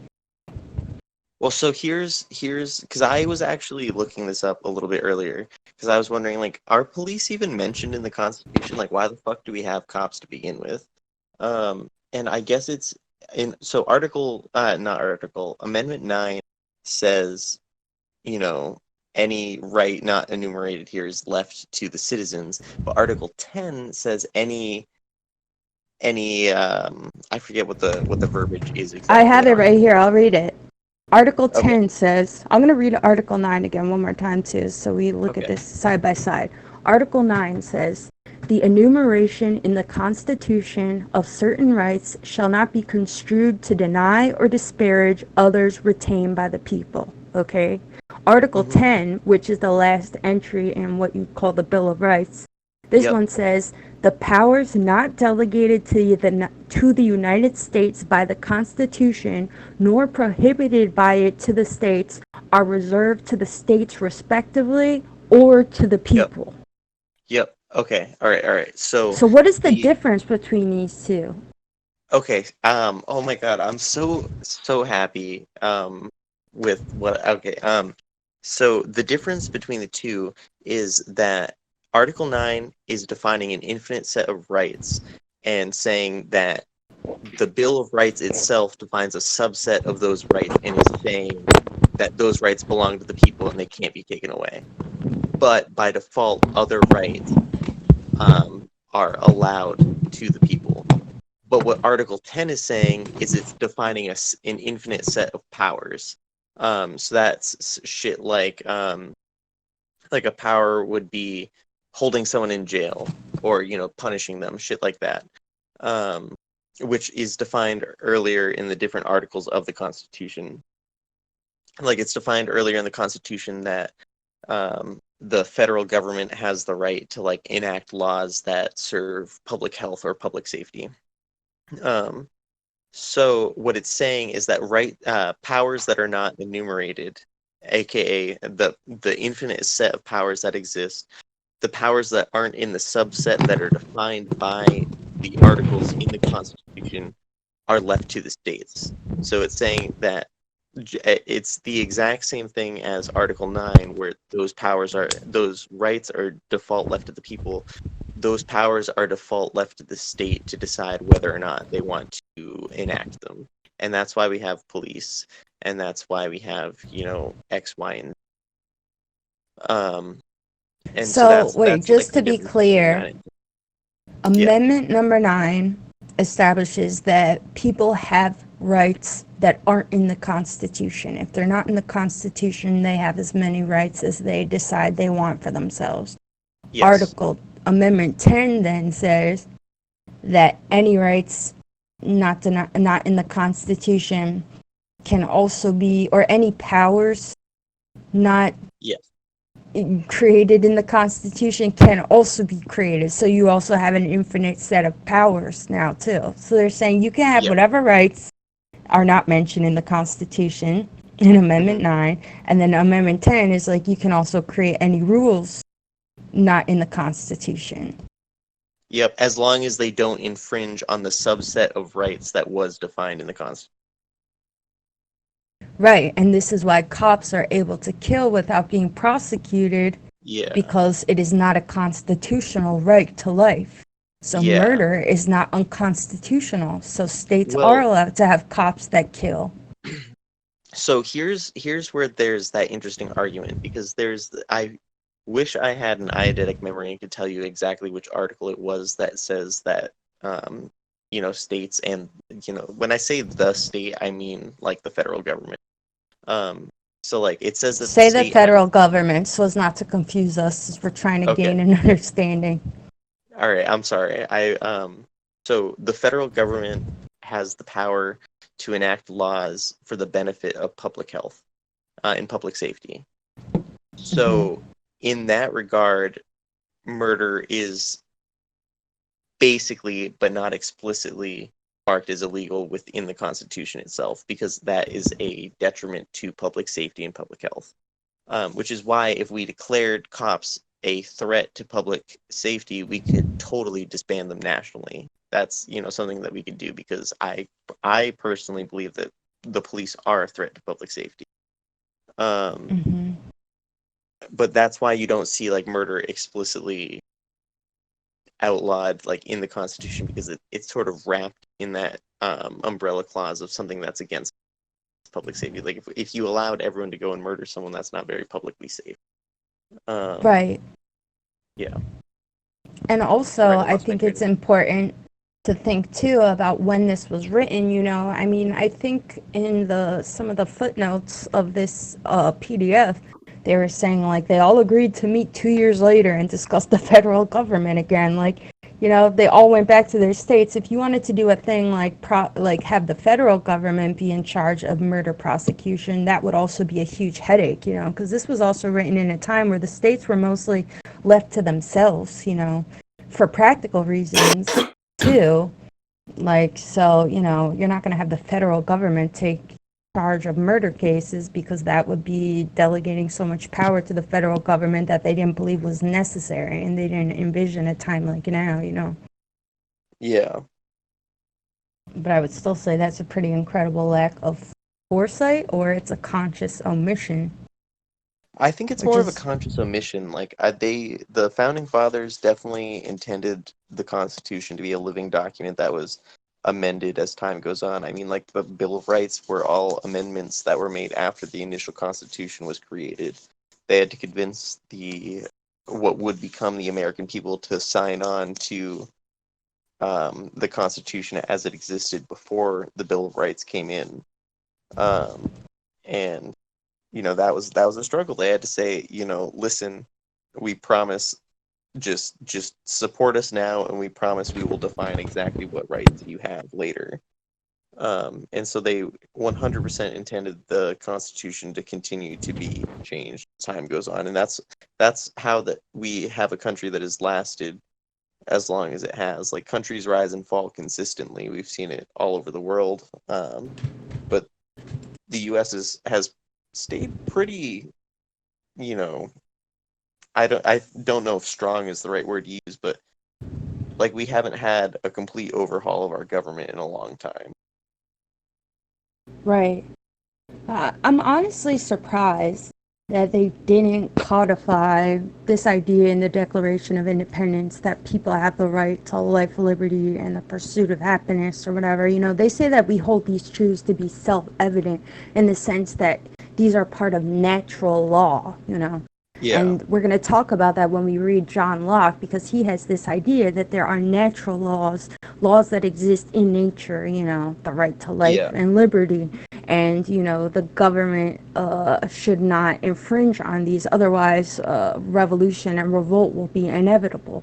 I'm honestly Yeah. surprised that in the Bill of Rights they didn't codify some sort of amendment speaking to the right of somebody's specific life. Like, you would Well, think that they would. hmm I feel like they did personally. So like we're talking about, life, liberty, and the pursuit of happiness. I don't know if there's any way that you codify into the law that each person has the right to try to be happy. So I'm gonna leave that one alone. But we're talking about life and liberty. I think that the Ninth Amendment totally defines that they're saying that each person has the right to liberty, because they're saying if the government isn't telling you you can't do it, well, cool, you can do it. And then the right Right. to life, the initial Declaration of Independence, or not independence, the initial Constitution before the Bill of Rights explicitly states that the state has the right to pass laws for the benefit of public health and public safety. And I think that is totally talking about how people have the right to life, and how, if there is an event where public safety is at threat, like with the coronavirus, the federal government totally has the legal authority to pass laws to benefit public safety, and that's stuff like passing a law that requires every person to wear a mask in public or to stay home at a certain point because, we're trying to stop COVID cases. So I think that the Constitution itself, especially with the initial Constitution and the Bill of Rights, totally codifies into law, at the very least, the right to life and the right to liberty, if not the right to the pursuit of happiness. Yeah, I'd agree with you, but I think the right to life, as it's codified in the Constitution, is more from this abstract way where it's the life of the greater group of people, not the individual's right to life. Because if Yeah. that were true, then murder would be unconstitutional. So public safety, public health, these promote the right to life, but from the vantage point of the group, not the individual, which is interesting because, these guys weren't stupid. I think that there are probably things they couldn't have predicted as far as what technology would do and how, federalism would change and the role of the federal government would become greater in the future. But, I do wonder, I'm sure there's writings we could find on it, and I'll look for some about why there is no law or amendment, rather, right specifying the individual's specific right to life. And perhaps it's because they wanted states to reserve the right to execute people. Oh, that's a But really interesting point that I had never considered before. yeah, I literally just pulled it out of my butt right now. I'm like, wait, yeah. Hell yeah. They probably, I would imagine that's why, which is, yeah, because that Yay. would, they were in execution prime time. Wow, maybe that's it. That's stupid. Okay, well, I'm gonna skip over the next 4 amendments. There's 27 altogether. I just want to talk about this Amendment 14 because in one of the sources we were reading, this website, it's posted somewhere that kind of gives a layman's translation of all the amendments. They said that the 9th Amendment has some connection to this amendment, the 14th Amendment, and this is the amendment that Lex also brought up when we were talking about the Angela Davis text, and a law that excludes or looking at it, this amendment can help illuminate some of the ways in which our system's set up as far as being able to exclude people's rights. So let's look at it. Article 14 has, I think, 4 sections. I'm just going to read the first one. The first one is the one relevant to what we're discussing. I want to think about its connection to the 9th and the 10th Amendment that we just discussed. So Article 14 says, all persons born or naturalized in the United States and subject to the jurisdiction thereof are citizens of the United States and of the state wherein they reside. No state shall make or enforce any law which shall abridge the privileges or immunities of citizens of the United States, nor shall any state deprive any person of life, liberty, or property without due process of law, nor deny to any person within its jurisdiction the equal protection of the laws. That's so interesting, because looking at it now, it's like, okay, well, wouldn't this solve the problem we're talking about it?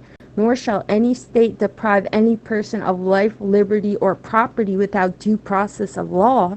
If a cop kills a citizen, then wouldn't it be unconstitutional for the cop to be able to kill somebody without due process of law?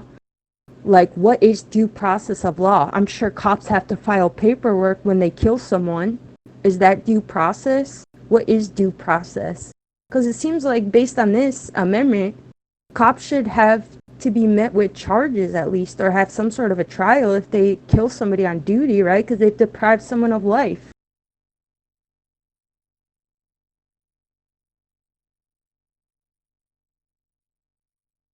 Like, are they allowed to drop charges? Look at...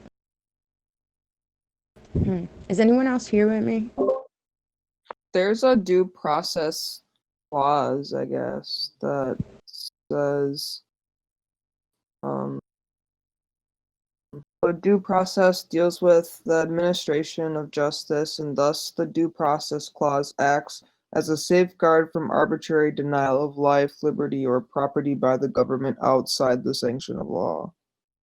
Wait, can you read that one more time a little slower? I'm sorry. I need Okay, to focus. So I just looked it up. The due process deals with the administration of justice, and thus the due process clause acts as a safeguard from arbitrary denial of life, liberty, or property by the government outside the sanction of law.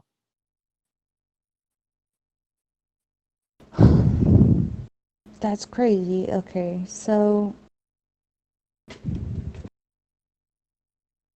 Okay, I just looked it up too. Due process is the legal requirement that the state must respect all legal rights that are owed to a person. So, I mean, I feel like killer cops already violate this amendment, right? Like, am I stupid? Edward, are you here? You seem smart on the Constitution. What do you guys think? Like, I'm trying to understand right now based on this reading, and maybe this could be an interpretation, but I feel like based on this, if you can't deprive somebody of their life without due process of law, then either people respecting this amendment, Amendment 14, or... It's totally a violation of the due process, because like the due process is meant to, separate the judge, the jury, and the executioner. It's supposed to say, you're supposed to be apprehended, and then you're put before a judge to investigate the case with an attorney. That goes back to, I forget what amendment. What? Is that the official definition of due process? Like, is there an official definition of due process that, like, you need a jury and a judge, or... The jury thing is specified earlier. It's in the Bill of Rights. It says that you have... I think the Fifth Amendment? Yeah, one of those It's like ones. pretty much like fair treatment, or like just like equal representation. No, it's so like there's an amendment in the Bill of Rights that says you have the right to a trial by a jury of your peers. Right, so that's the Fifth Amendment. That whole trial process is the due process. Like you are owed that process. And so yeah, so you have the right to that. Okay, that's what the Fifth Amendment says. Sorry, continue. So the 14th Amendment is saying, I forget. Can you read the text of the amendment again? I'm like really scraping the back of my brain trying to remember everything. No, yeah, I'll read it again.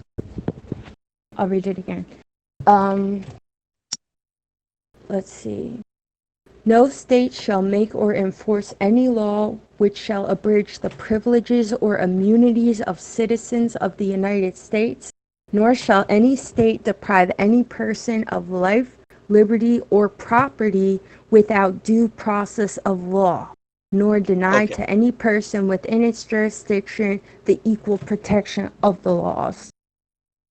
Okay, so that's saying that like the state can't just do shit, and police being an extension of the state, like the police are essentially the state's monopoly on violence.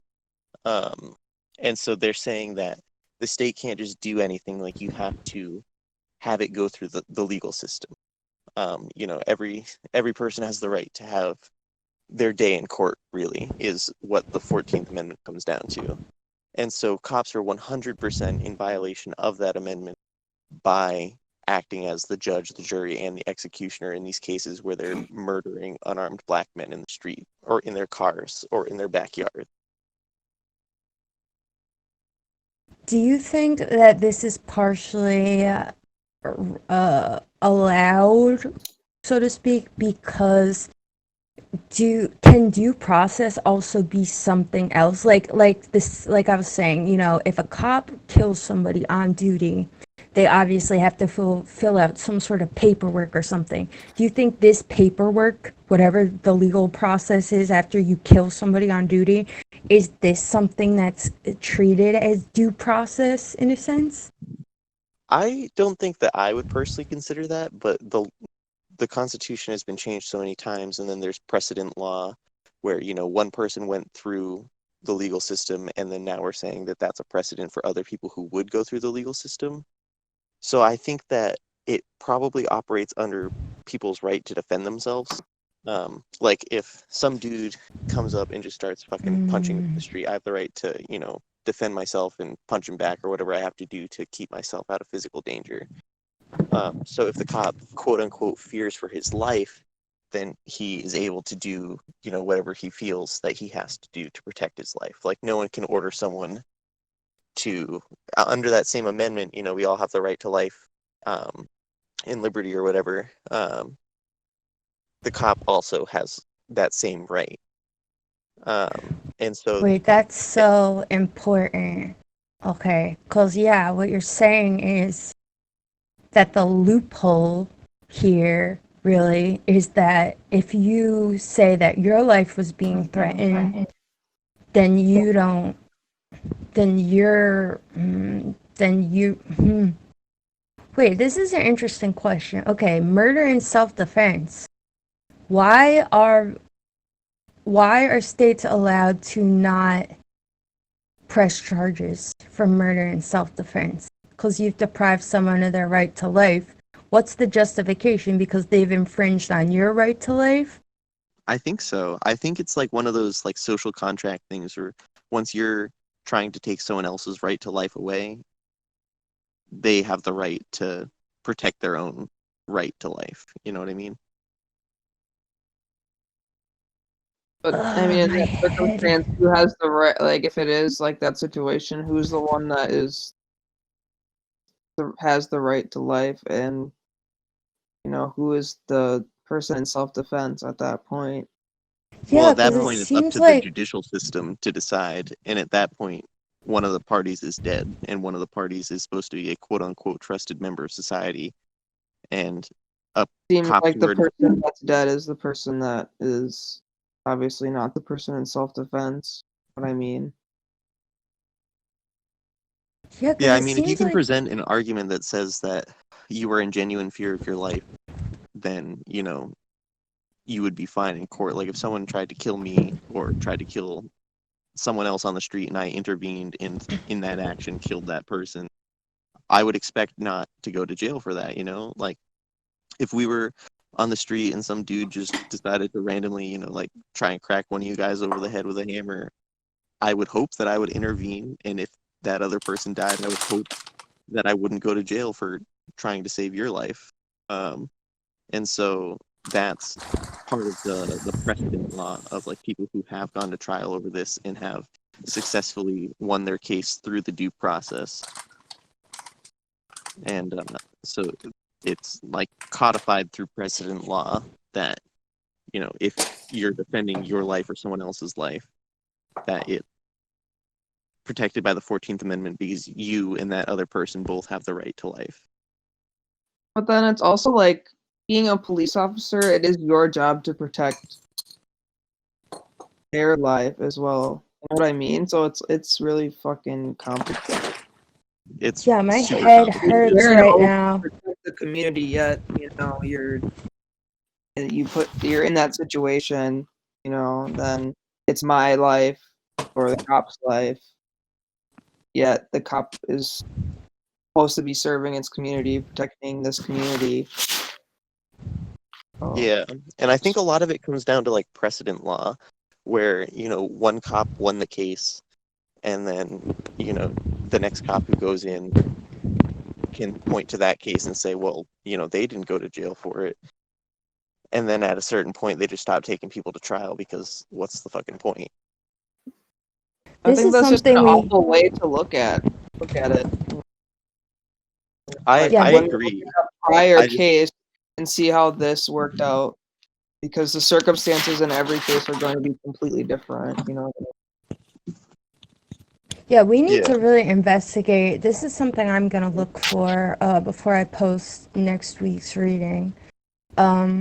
We need to understand why murder in self-defense can be a thing where people aren't even charges aren't even brought up against them, because this has to rely on some sort of legal precedent, right? There has to have been one case or something where some sort of precedent was established, because based on the most, you know, entry level interpretation of the Constitution, it seems like it should be unconstitutional even if you murder in self defense. It would be unconstitutional for you not to have to see a jury, you know, because you have infringed on someone else's right to life, even if they were threatening yours. There's nothing here in front of us where there's like, oh, and it cross cancels out if that person was trying to kill you, you know. If you kill someone, you've infringed on their right to liberty, so you should have to see a jury, you know. So I think, Edward, what you're saying, yeah, there must be some sort of legal precedent here that establishes that, you know, murder in self-defense is justifiable. There's some sort of like cross cancellation going out here, because I think you're right. This is probably why cops are able to kill people and charges aren't even brought against them, because they can say, oh, my life was under attack, I felt threatened or something, you know. All they have to say is they felt it was, and charges aren't brought against them, you know. So this is something we really need to investigate, because Well, I that's know fucking in huge. Massachusetts, it's directly written into the law that if your life, like that, if you're acting in self-defense or defense of a person, that it doesn't count as assault and battery, and it doesn't count. You're saying this, what did you just say? This is an explicit law? It's explicitly written into the law in Massachusetts that if you're acting in self-defense or defense of another person, that essentially you're allowed to respond with an equal and appropriate force in order to save your life or the life of another, or to protect your physical body or another's physical body from a physical assault. Right, but someone could make the argument that the state, that's not up to the states, that would still be wrong, you know. If the states say it's okay if you murder in self-defense, then they're in violation of this due process clause, where if you've infringed on someone else's right to life, then you, well, it's confusing too, because the way it's framed, the due process clause says that you have the right to due process. But what about the right to not have to go through due process, you know, especially if someone's dead? Like, you might have the right to a jury, but do you have the right to not see a jury if you've murdered in self-defense or something? Or you say, because this is problematic too. I don't think cops should. I mean, based on just looking at the Constitution, it's unclear, you know. But it Yeah, could well, be I think this clear is an if we drew instance a where the chart. I'm gonna make a fucking chart. I'm gonna get down at the bottom of this I think shit. this is an instance where the 14th, the 10th, and the 9th Amendments are all in conflict. And so I think, you know, as far as common law goes, like if collectively the legal system decides that things should be handled this way, well then that's just the way they're handled. And I mean, whatever the laws are on the books, you know, that doesn't necessarily mean that anyone's going to decide to actually enforce those laws. Because you can write whatever the fuck laws you want, but if no one's enforcing what's actually happening, like fraud is illegal. I'm pretty sure every state has a law against fraud. I don't know exactly about that, but let's take it as an axiom that every single state has a law against fraud. You know, fraud is illegal, but you have all these instances of people printing, you know, like counterfeit, you know, like Magic the Gathering cards. I read a whole article about some dude who bought a whole bunch of counterfeit Magic the Gathering cards and reported it to the police, and they were like, "We're not going to do anything about that." And so if nobody's deciding to enforce these laws, then it really doesn't matter. And so it comes down to, I think, at a certain corruption in the system. At some point, someone decided, you know, if a cop murders somebody on the job, we're just not going to prosecute, make them fill out some paperwork, but that's about it. And so if people are deciding collectively not to enforce the 14th Amendment, not to take cops to trial, then, you know, that's the way it is. And as much as that sucks to say, if it's not, even if it is written in the laws, if the powers that be are electing not force those laws, there's not a whole bunch that they do beyond vote them out of office or, violently overthrow the government.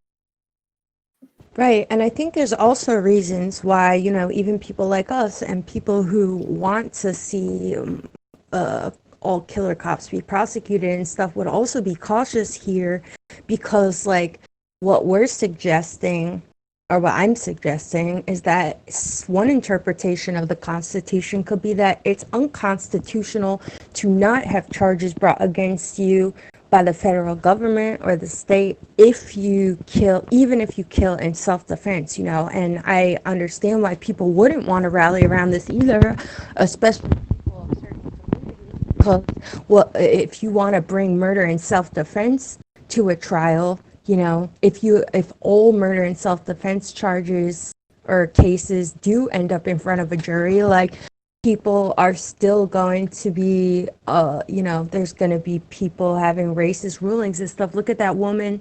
I forget her name, but she just got out of prison. She was like 16 and killed one of the men who was sex trafficking her. Cynthia Brown, is that her name? Yeah, I believe so. So she just had a documentary on Netflix or whatever. Oh, there is? Okay, I'm going to watch that. Yeah, but her case is crazy. We're not supposed to watch it, but what do you mean? I don't know. On Twitter, they were like saying some shit about they made that documentary, like Cynthia Brown didn't get any money or anything that was profited from the movie or documentary. Oh wow. That's a whole Well, nother we'll conversation. pirate it. We'll pirate it then. Yeah, I want to see that. But yeah, like, if people like her, I mean, people like her already are brought before juries where other people in that situation, I'm sure if she was some affluent white person, she maybe wouldn't have had to see a jury at all, because it's so clearly her trying to get away from somebody that was like literally sex trafficking her. She's a teenage girl, So if we brought all people who murdered in self-defense in front of a jury, I mean, this would still end up really badly for Black people especially, So I understand too why people don't want to necessarily rally around this. But it's really complicated. What if there was something like a probable cause or something like that lists like certain acts or things that are justifiable for you to use force in an act of self-defense? I don't know if that already exists, but like say like this act of violence or force was used, so therefore it's justified that I, like with a lot of like police killings, there are people that aren't resisting arrest, they have their hands up. There's a lot of things that, show that they aren't using force. If there was something there that, defined, okay, these are certain acts or whatever that justify that violence. Does that make sense? Yeah, it makes sense. But then to think of Cynthia's case again, I feel like even if something like that was enacted, she would still be fucked, Yeah, she would be fucked. I don't know. It's so complicated. It is, but I think, we can figure it out, first of all. And second of all, maybe the strategy is to do something like, okay, if we want to call for the prosecution of all killer cops, then we could try to integrate some sort of amendment or act or something where you make it unconstitutional for a state official to kill without seeing a jury. Or, like, make it impossible to not press charges against any state official who commits an act of murder, and in that sense, preserve the right to do a thing like not press charges if somebody murders, and if a citizen murders in self-defense. Well, so here's the flip side of that, just to, play a little bit of devil's advocate. Yes, please. So we're saying, you know, a state official would have to be brought to trial if they were to murder. Well, so like that really threatens the state's monopoly on violence in the first place, which I think that they would take a huge issue to. There would be a lot of, you know, establishment pushback to that. But beyond that, what about the military? Like, they are a state official. They are sanctioned by the state, and by the state, I mean the federal government. I'm sorry. They are sanctioned by the federal government to commit murder on their behalf. And But not of so, citizens. how would we address that? But they're not allowed to murder citizens, are they? I don't think so, although there's that, I haven't actually read the text of it or anything like that. That act that Trump wanted to use to, you know, to invade cities in Insurrection Act. America. Yes, the Insurrection Act. So I think at that point they would be allowed to do so. And what about executions? Because now we're talking about banning execution here. Right, Or I else was every just thinking executioner. about that. I wonder what kinds of specific legislative changes people who are against the death penalty, I wonder what legal grounds they campaign for this, or what legal grounds they're campaigning on, you know? Like, what is their proposed strategy here? Because I wonder, like, if that would also be a thing that could be like, you know, killing two birds with one stone kind of a thing, you know? Because, yeah, how could you outlaw the death penalty on a federal level? Or do we I think want to? I mean, personally, I penalty. I don't think it benefits anybody really, and I don't know. This argument is just ingrained in my head because I'm so used to fighting against those people who are quote unquote socially liberal but fiscally conservative. It costs the taxpayers a lot of money to kill somebody, like way more money than just giving them room and board until they die. I don't even think it's that. Like, it's like, like many of the people have been found like not guilty, or they'll be pardoned, or and they sit there literally their damn near whole lives, and then it's just like you get out and you have no reparations at all, and it's just so fucked up. Yeah, no, it's Yeah. super fucked up. The whole situation is super fucked up. Yeah, that's my number one objection to the death penalty. Because, like, you know, from an idealistic sense, I don't really care, but I mean, I do care. Well, I don't care in the sense that if you murder someone, I don't care if you're executed by the state, you know. But our government is so racist, so irresponsible. I don't think that they have the right. They haven't proven themselves responsible. They've done the opposite and proven themselves completely irresponsible, where they've executed innocent people, put innocent people in jail for forever. So I don't think that they have the right to kill people on those grounds, you know. So I wanna, this is something I'll look into as well. I wonder what people who are against the death penalty propose, how they're trying to eliminate it. I wonder if they're working more on a federal level, or if they're trying to do it on like a state by state basis. Because if you did a thing like what we're calling for, you know, if you said that it's not possible for states to execute people, state officials to do this without, you know, at least having homicide charges brought against them, then yeah, the death penalty would also be unconstitutional.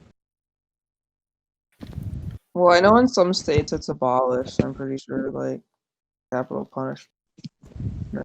I'm not sure how many states it's allowed in still, but If anyone's got a computer, look it up.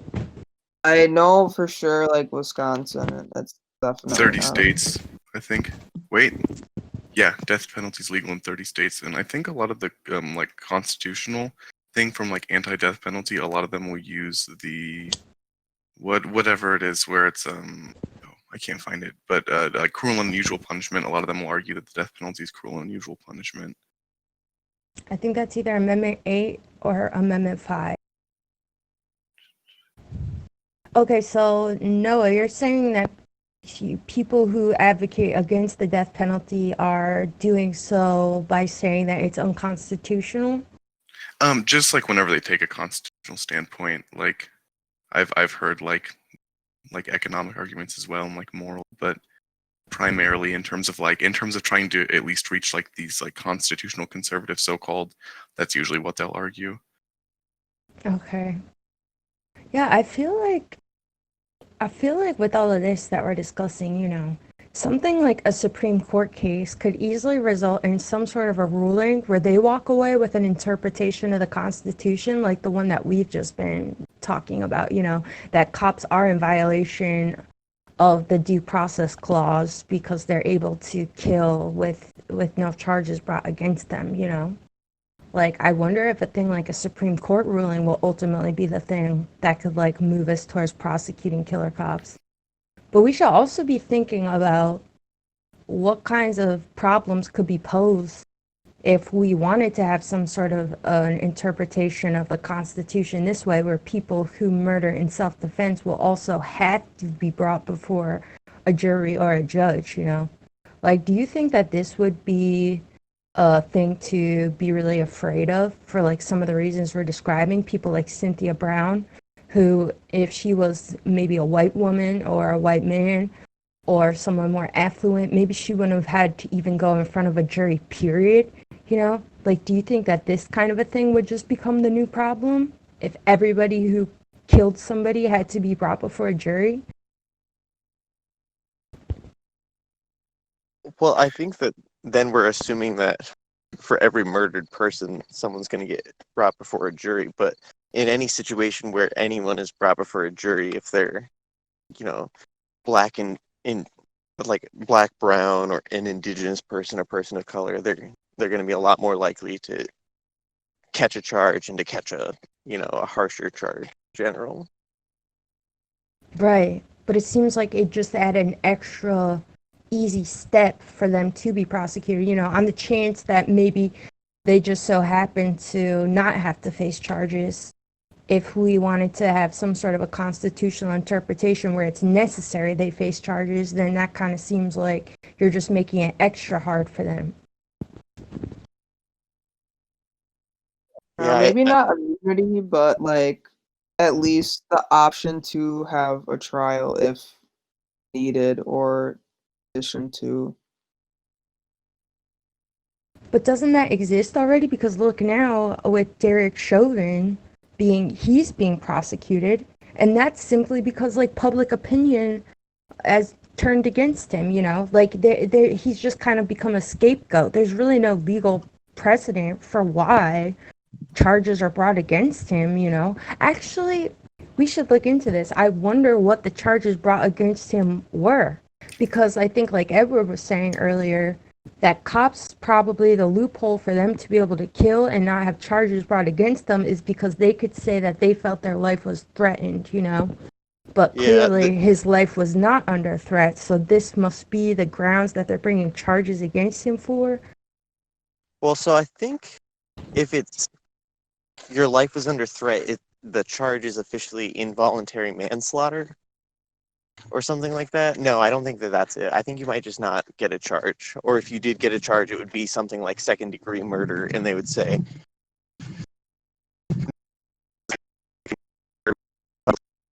Oh, you're cutting out. second-degree. Ah, shit, I'm sorry. Can you hear me now? Yeah. So you would probably, I think, just be brought to, because there's no law saying you can kill someone in self-defense. It's saying that self-defense is a legitimate excuse to be found not guilty for the charge of murder. But like, it's isn't not it also a murdering reason someone why in self- charges... Sorry, isn't it also a reason why charges won't always be brought against you in the first place? Like, if someone breaks into your home, tries to kill you, you kill them. Oftentimes charges aren't brought against you at all, So Yeah, it's they would not probably at that simply point. that you could get off, it's that charges aren't even brought against you in the first place.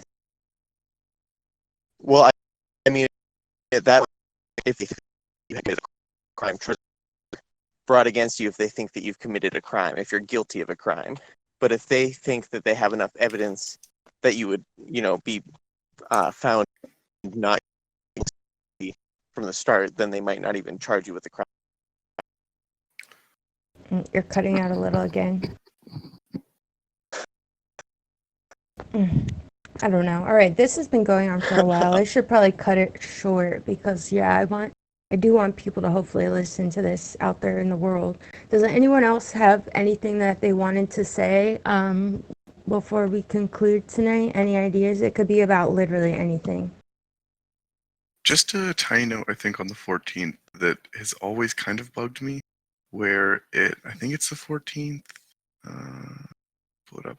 Yeah, where it essentially says, like, I just have an issue because it says, like the truths are, like, held to be self-evident, like life, liberty, pursuit of happiness, but then it goes on to explicitly say that only people, like, that are United States citizens are guaranteed those rights by the United States government, and I just find that kind of problematic.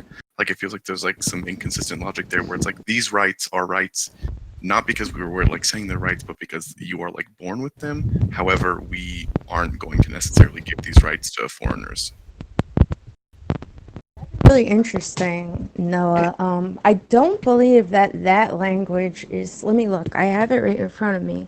I don't think that the clause about those being self-evident is in here. I'm pretty sure it's not. I'm looking at it right now. I think it's I- Declaration of All Independence, persons right? born or naturalized in the United States is the first part of Section 1. Yeah. So, if you are undocumented or a person that is a tourist or just in the United States in general and you're not a citizen, you're not protected under this. Yeah, and that's a really interesting and relevant criticism Noah just made because, yeah, it's true. I mean, even though they don't say it in this text, it's in the Declaration of Independence that these truths are self-evident, the right to life, liberty, and the pursuit of happiness. They don't reiterate the idea that they're self-evident, but they do include them in the 14th Amendment. So if the justification for them existing in the Constitution period is because they're declared to be self-evident, then yeah, what's the justification for why we can kill people who aren't citizens of the United States? But then Well, I think you also have the problem. thing there with the wording. Uh, No, you go. You Yeah. go. I've been talking a lot. oh go. no, you're not talking a lot. It's just that your thing keeps like stuttering. I don't know if it's your connection or what. It like glitches out for a little bit. It's probably just my connection. My bad. Here, try But so I think to the say thing it. there is if you consider the historical context, like when that law was written, do you have like an exact date on when that amendment was added? I don't, but I'll look it up real quick. Yeah. Okay. Because it was almost certainly when the U.S. was, a small, tiny, fledgling nation at the time when monarchies ruled, before, like parliaments were created and shit like that. It So was if we consider proposed in 1866. 1866. Yeah, and it was ratified the same year. I feel like monarchies were still a thing even towards the late 19th century, but parliaments might have started to arise. I'm not quite sure. But like if you consider that historical context of the U.S. being, not a powerful nation, because it definitely wasn't a powerful nation before World War One. We're not going to see them want to rock the boat around the world like we would see them want to do now. If we declare, or if the U.S. at that point in time had declared rights for people that weren't its citizens, for French citizens and British subjects, that wouldn't have been a good thing for relations between the U.S. and those countries. I think they did also probably want to reserve the right to murder other people, especially in instances of war, Like, what are we going to do? Write a law that says we're not allowed to kill other people without bringing ourselves to trial or something, Like, I'm sure that they didn't want to include that. But what Noah said, that's really relevant too. And I think one of the most obvious flaws of the philosophy of American government, because, like the justification for this inclusion of the right to life, liberty, and freedom or whatever, happiness. I don't know if it says happiness again in the 14th Amendment, but this right is these rights are called inalienable in the Declaration of Independence, and that is why they're included in the Constitution. But they didn't make any specific sort of amendment or constitutional law that the Constitution must uphold the foundational principles established in the Declaration of Independence. And so the Constitution then is not beholden to any sort of philosophy that exists in the Declaration. So you can't say like, oh, just as how we can talk about how states' laws are or are not unconstitutional, we have nothing to hold the Constitution up against as a standard. Like, okay, but the Constitution doesn't uphold the Declaration of Independence, so this is a problem, Like, it's just kind of, there's no justification included for why there's the right to life, liberty, and happiness. And so it's like, well, why is this included? We know why it's included, but there's no like theory or justification included, so it makes it really difficult to have any of these other conversations, Yeah, like furthermore into like the is healthcare a right discussion, like it's nearly impossible to answer it in the context of the United States because we really have no backing philosophy for why we consider certain things rights, because we can kind of just throw it around like we've seen like the 14th Amendment with being like just for Americans, and that's like no conversation about like rights in the US ever gets anywhere because anybody can have an opinion that could possibly be right, I feel. Yeah, and it's all so open at interpretation. This document is incredibly vague. Like, you can walk away with two entirely different ideas as long as you make what the idea that will ultimately win out is whichever one makes the most compelling case for why this interpretation is correct, But yeah, I mean, I think, and this is why in our theory of U.S. government, our New Jersey project, our theory of government, not U.S. government, the New Jersey project we're working on in Phenomenology Club, one of the most foundational principles is that not only do we have a set of baseline rights and laws, but we also have an accompanying document that's all the justifications for these laws. Because imagine if the Constitution also had a supplementary text where they explained why you have the right to this or that, then it would be so much easier to talk about things like healthcare and murder and self-defense and this or that. If we had some sort of document that the Constitution had to be beholden to as well, we don't have that. Instead, we have an entire branch of law, the judicial branch, whose job it is to interpret the Constitution. And interpretation is such a subjective process.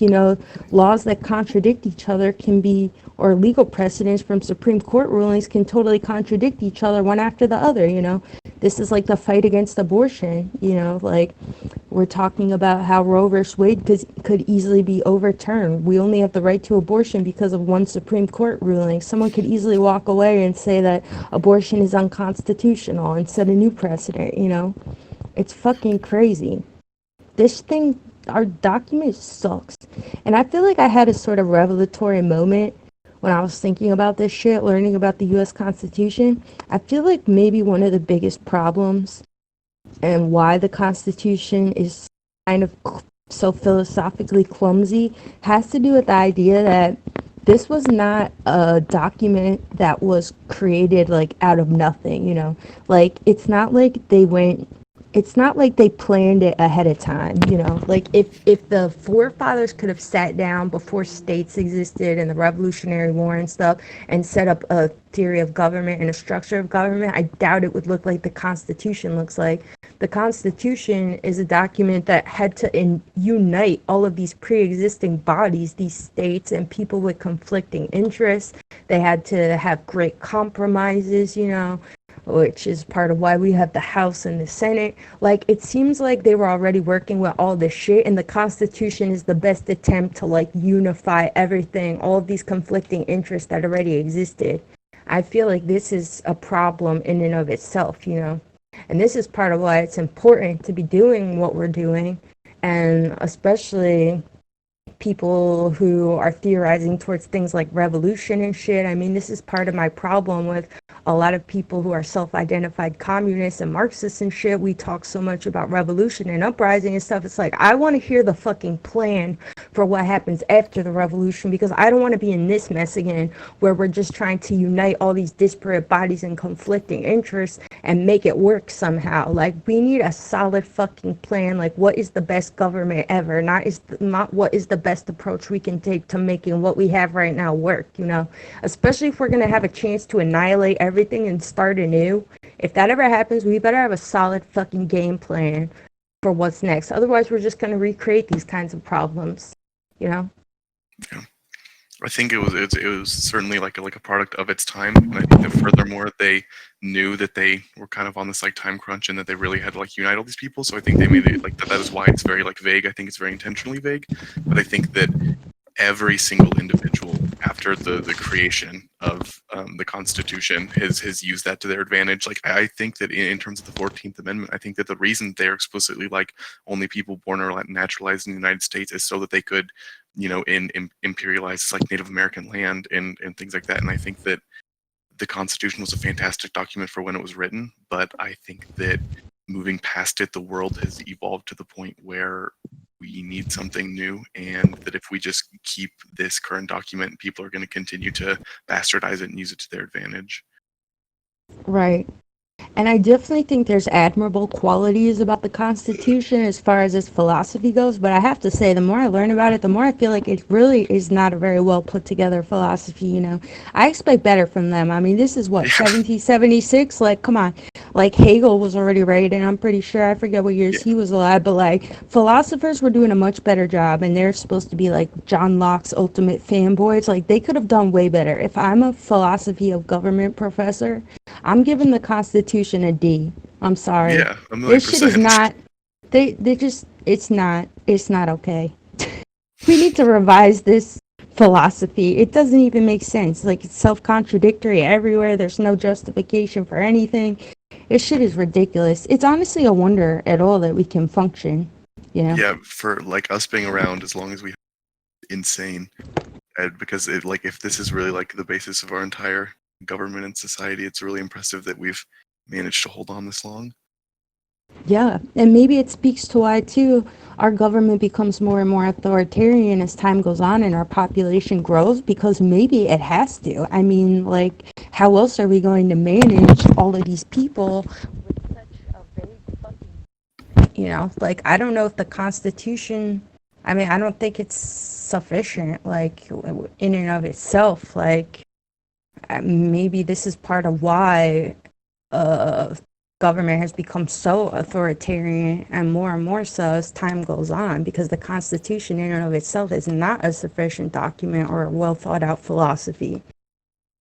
Yeah, that's kind of like another issue in terms of just like the evolution of technology and stuff. Is it like as it currently stands, like the technological world is just like it's like a wild west essentially. Like you know, the government can essentially do whatever they want with it if they want to, and corporations can do whatever they want with it if they want to.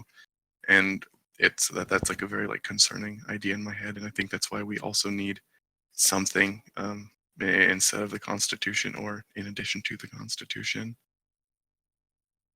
What do you guys think before we conclude here? I mean, do you think that there will be some sort of radical overhaul of our government, at least in the foreseeable future? Not necessarily in our lifetime, but like, let's get some predictions. What do you guys think is going to happen to the United States of Triple K America?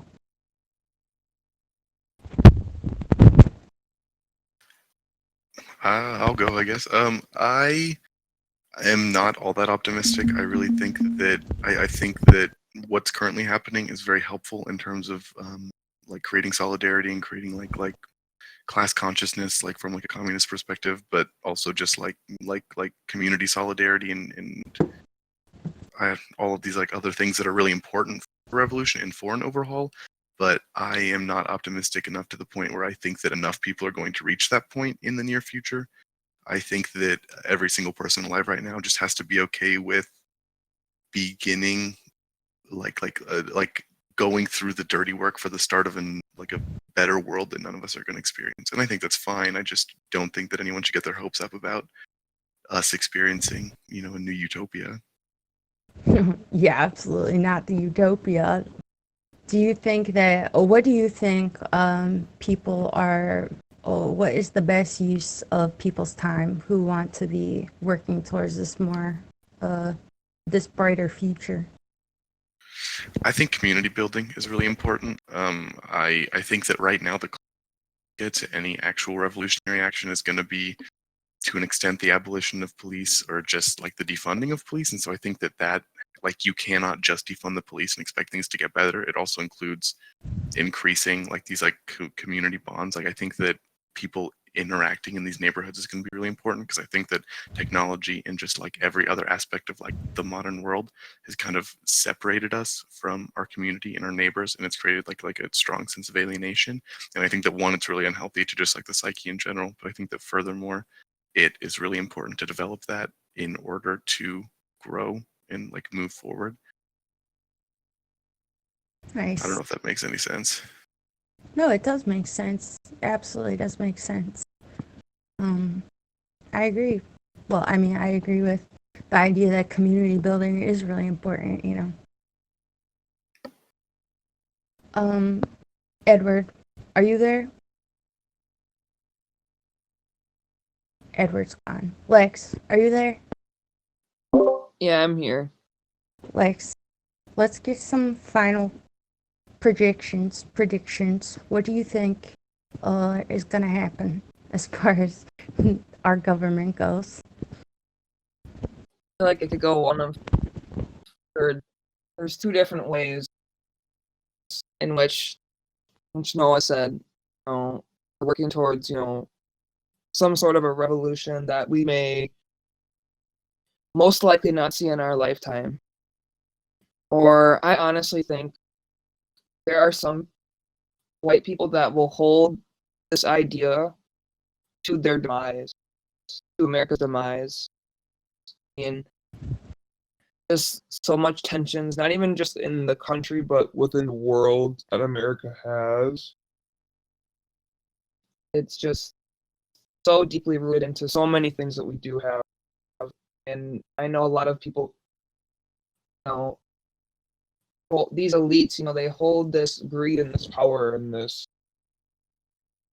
attitude towards their identity and what they have in their property, that they are willing to die before they give a literal crumb to, not just Black and brown people, but, poor working class that are white.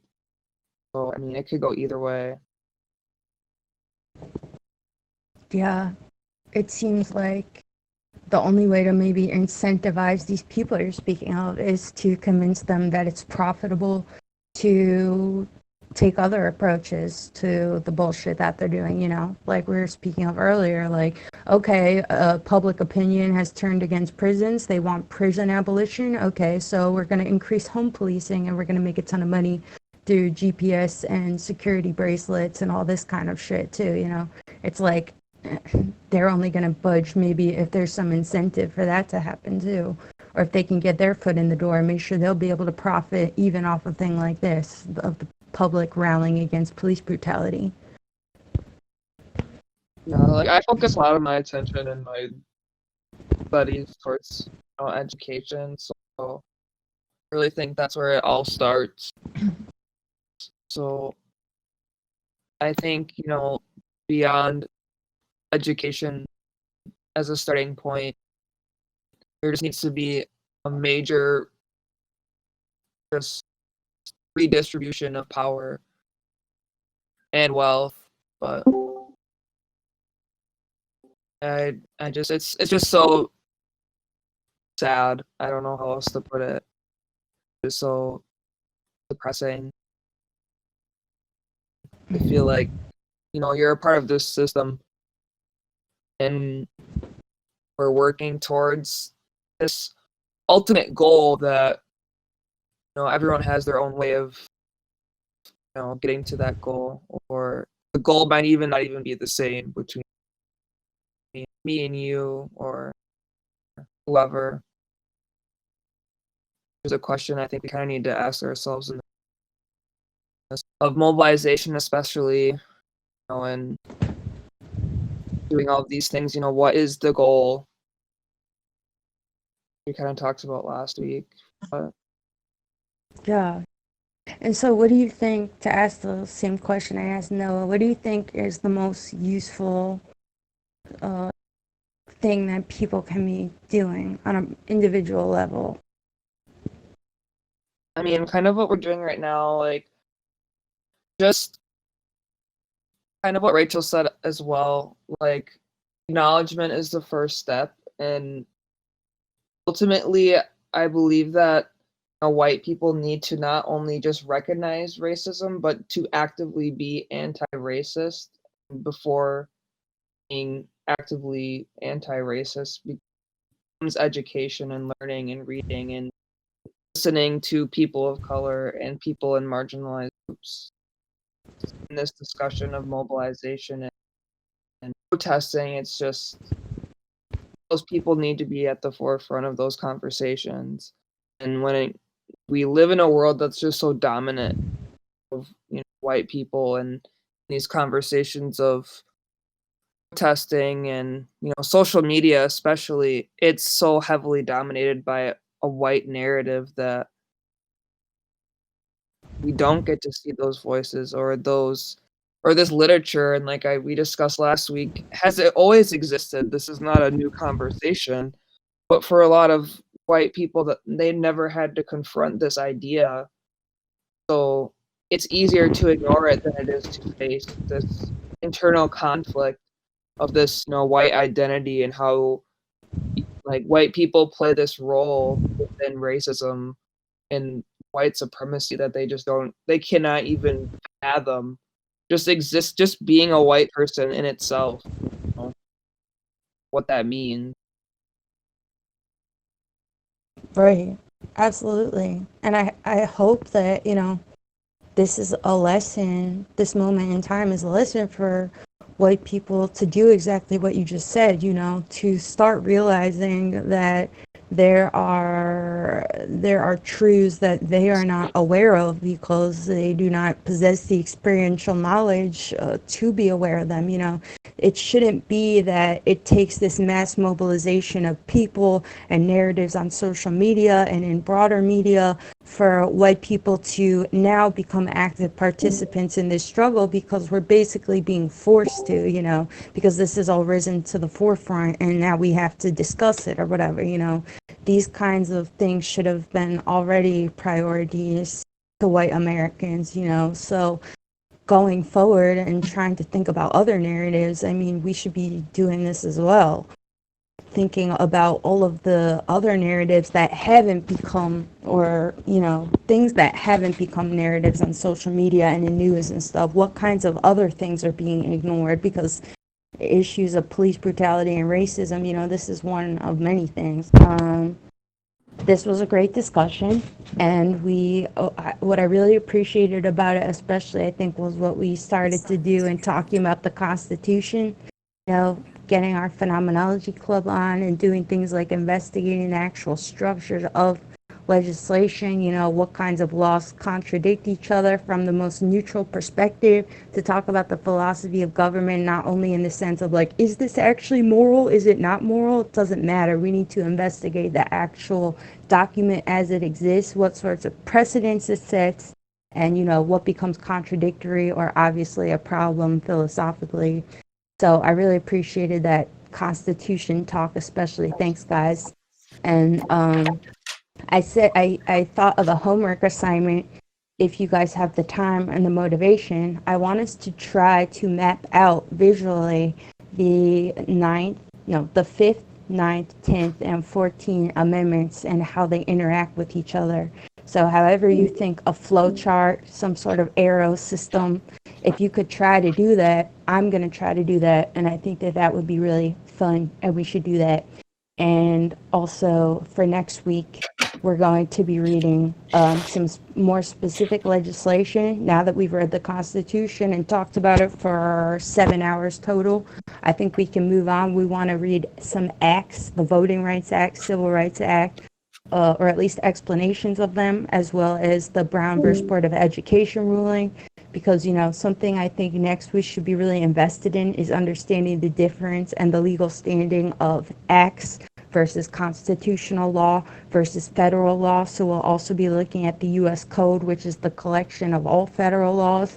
And we'll also be looking at Supreme Court rulings. We need to understand the difference between all of these things. And then from there, we're going to zoom out and gain a bit of a broader perspective, read some Locke, and investigate the philosophy of liberalism itself, because this is the thing that underlies all U.S. American philosophy.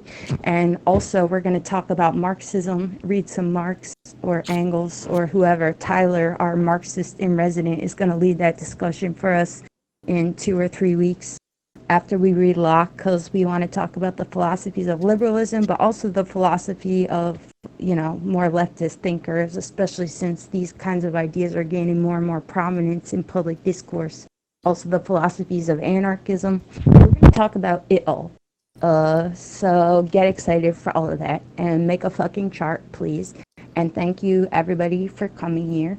And I'm gonna kick the robot out, but we can continue talking if we'd like. So thank you and good night.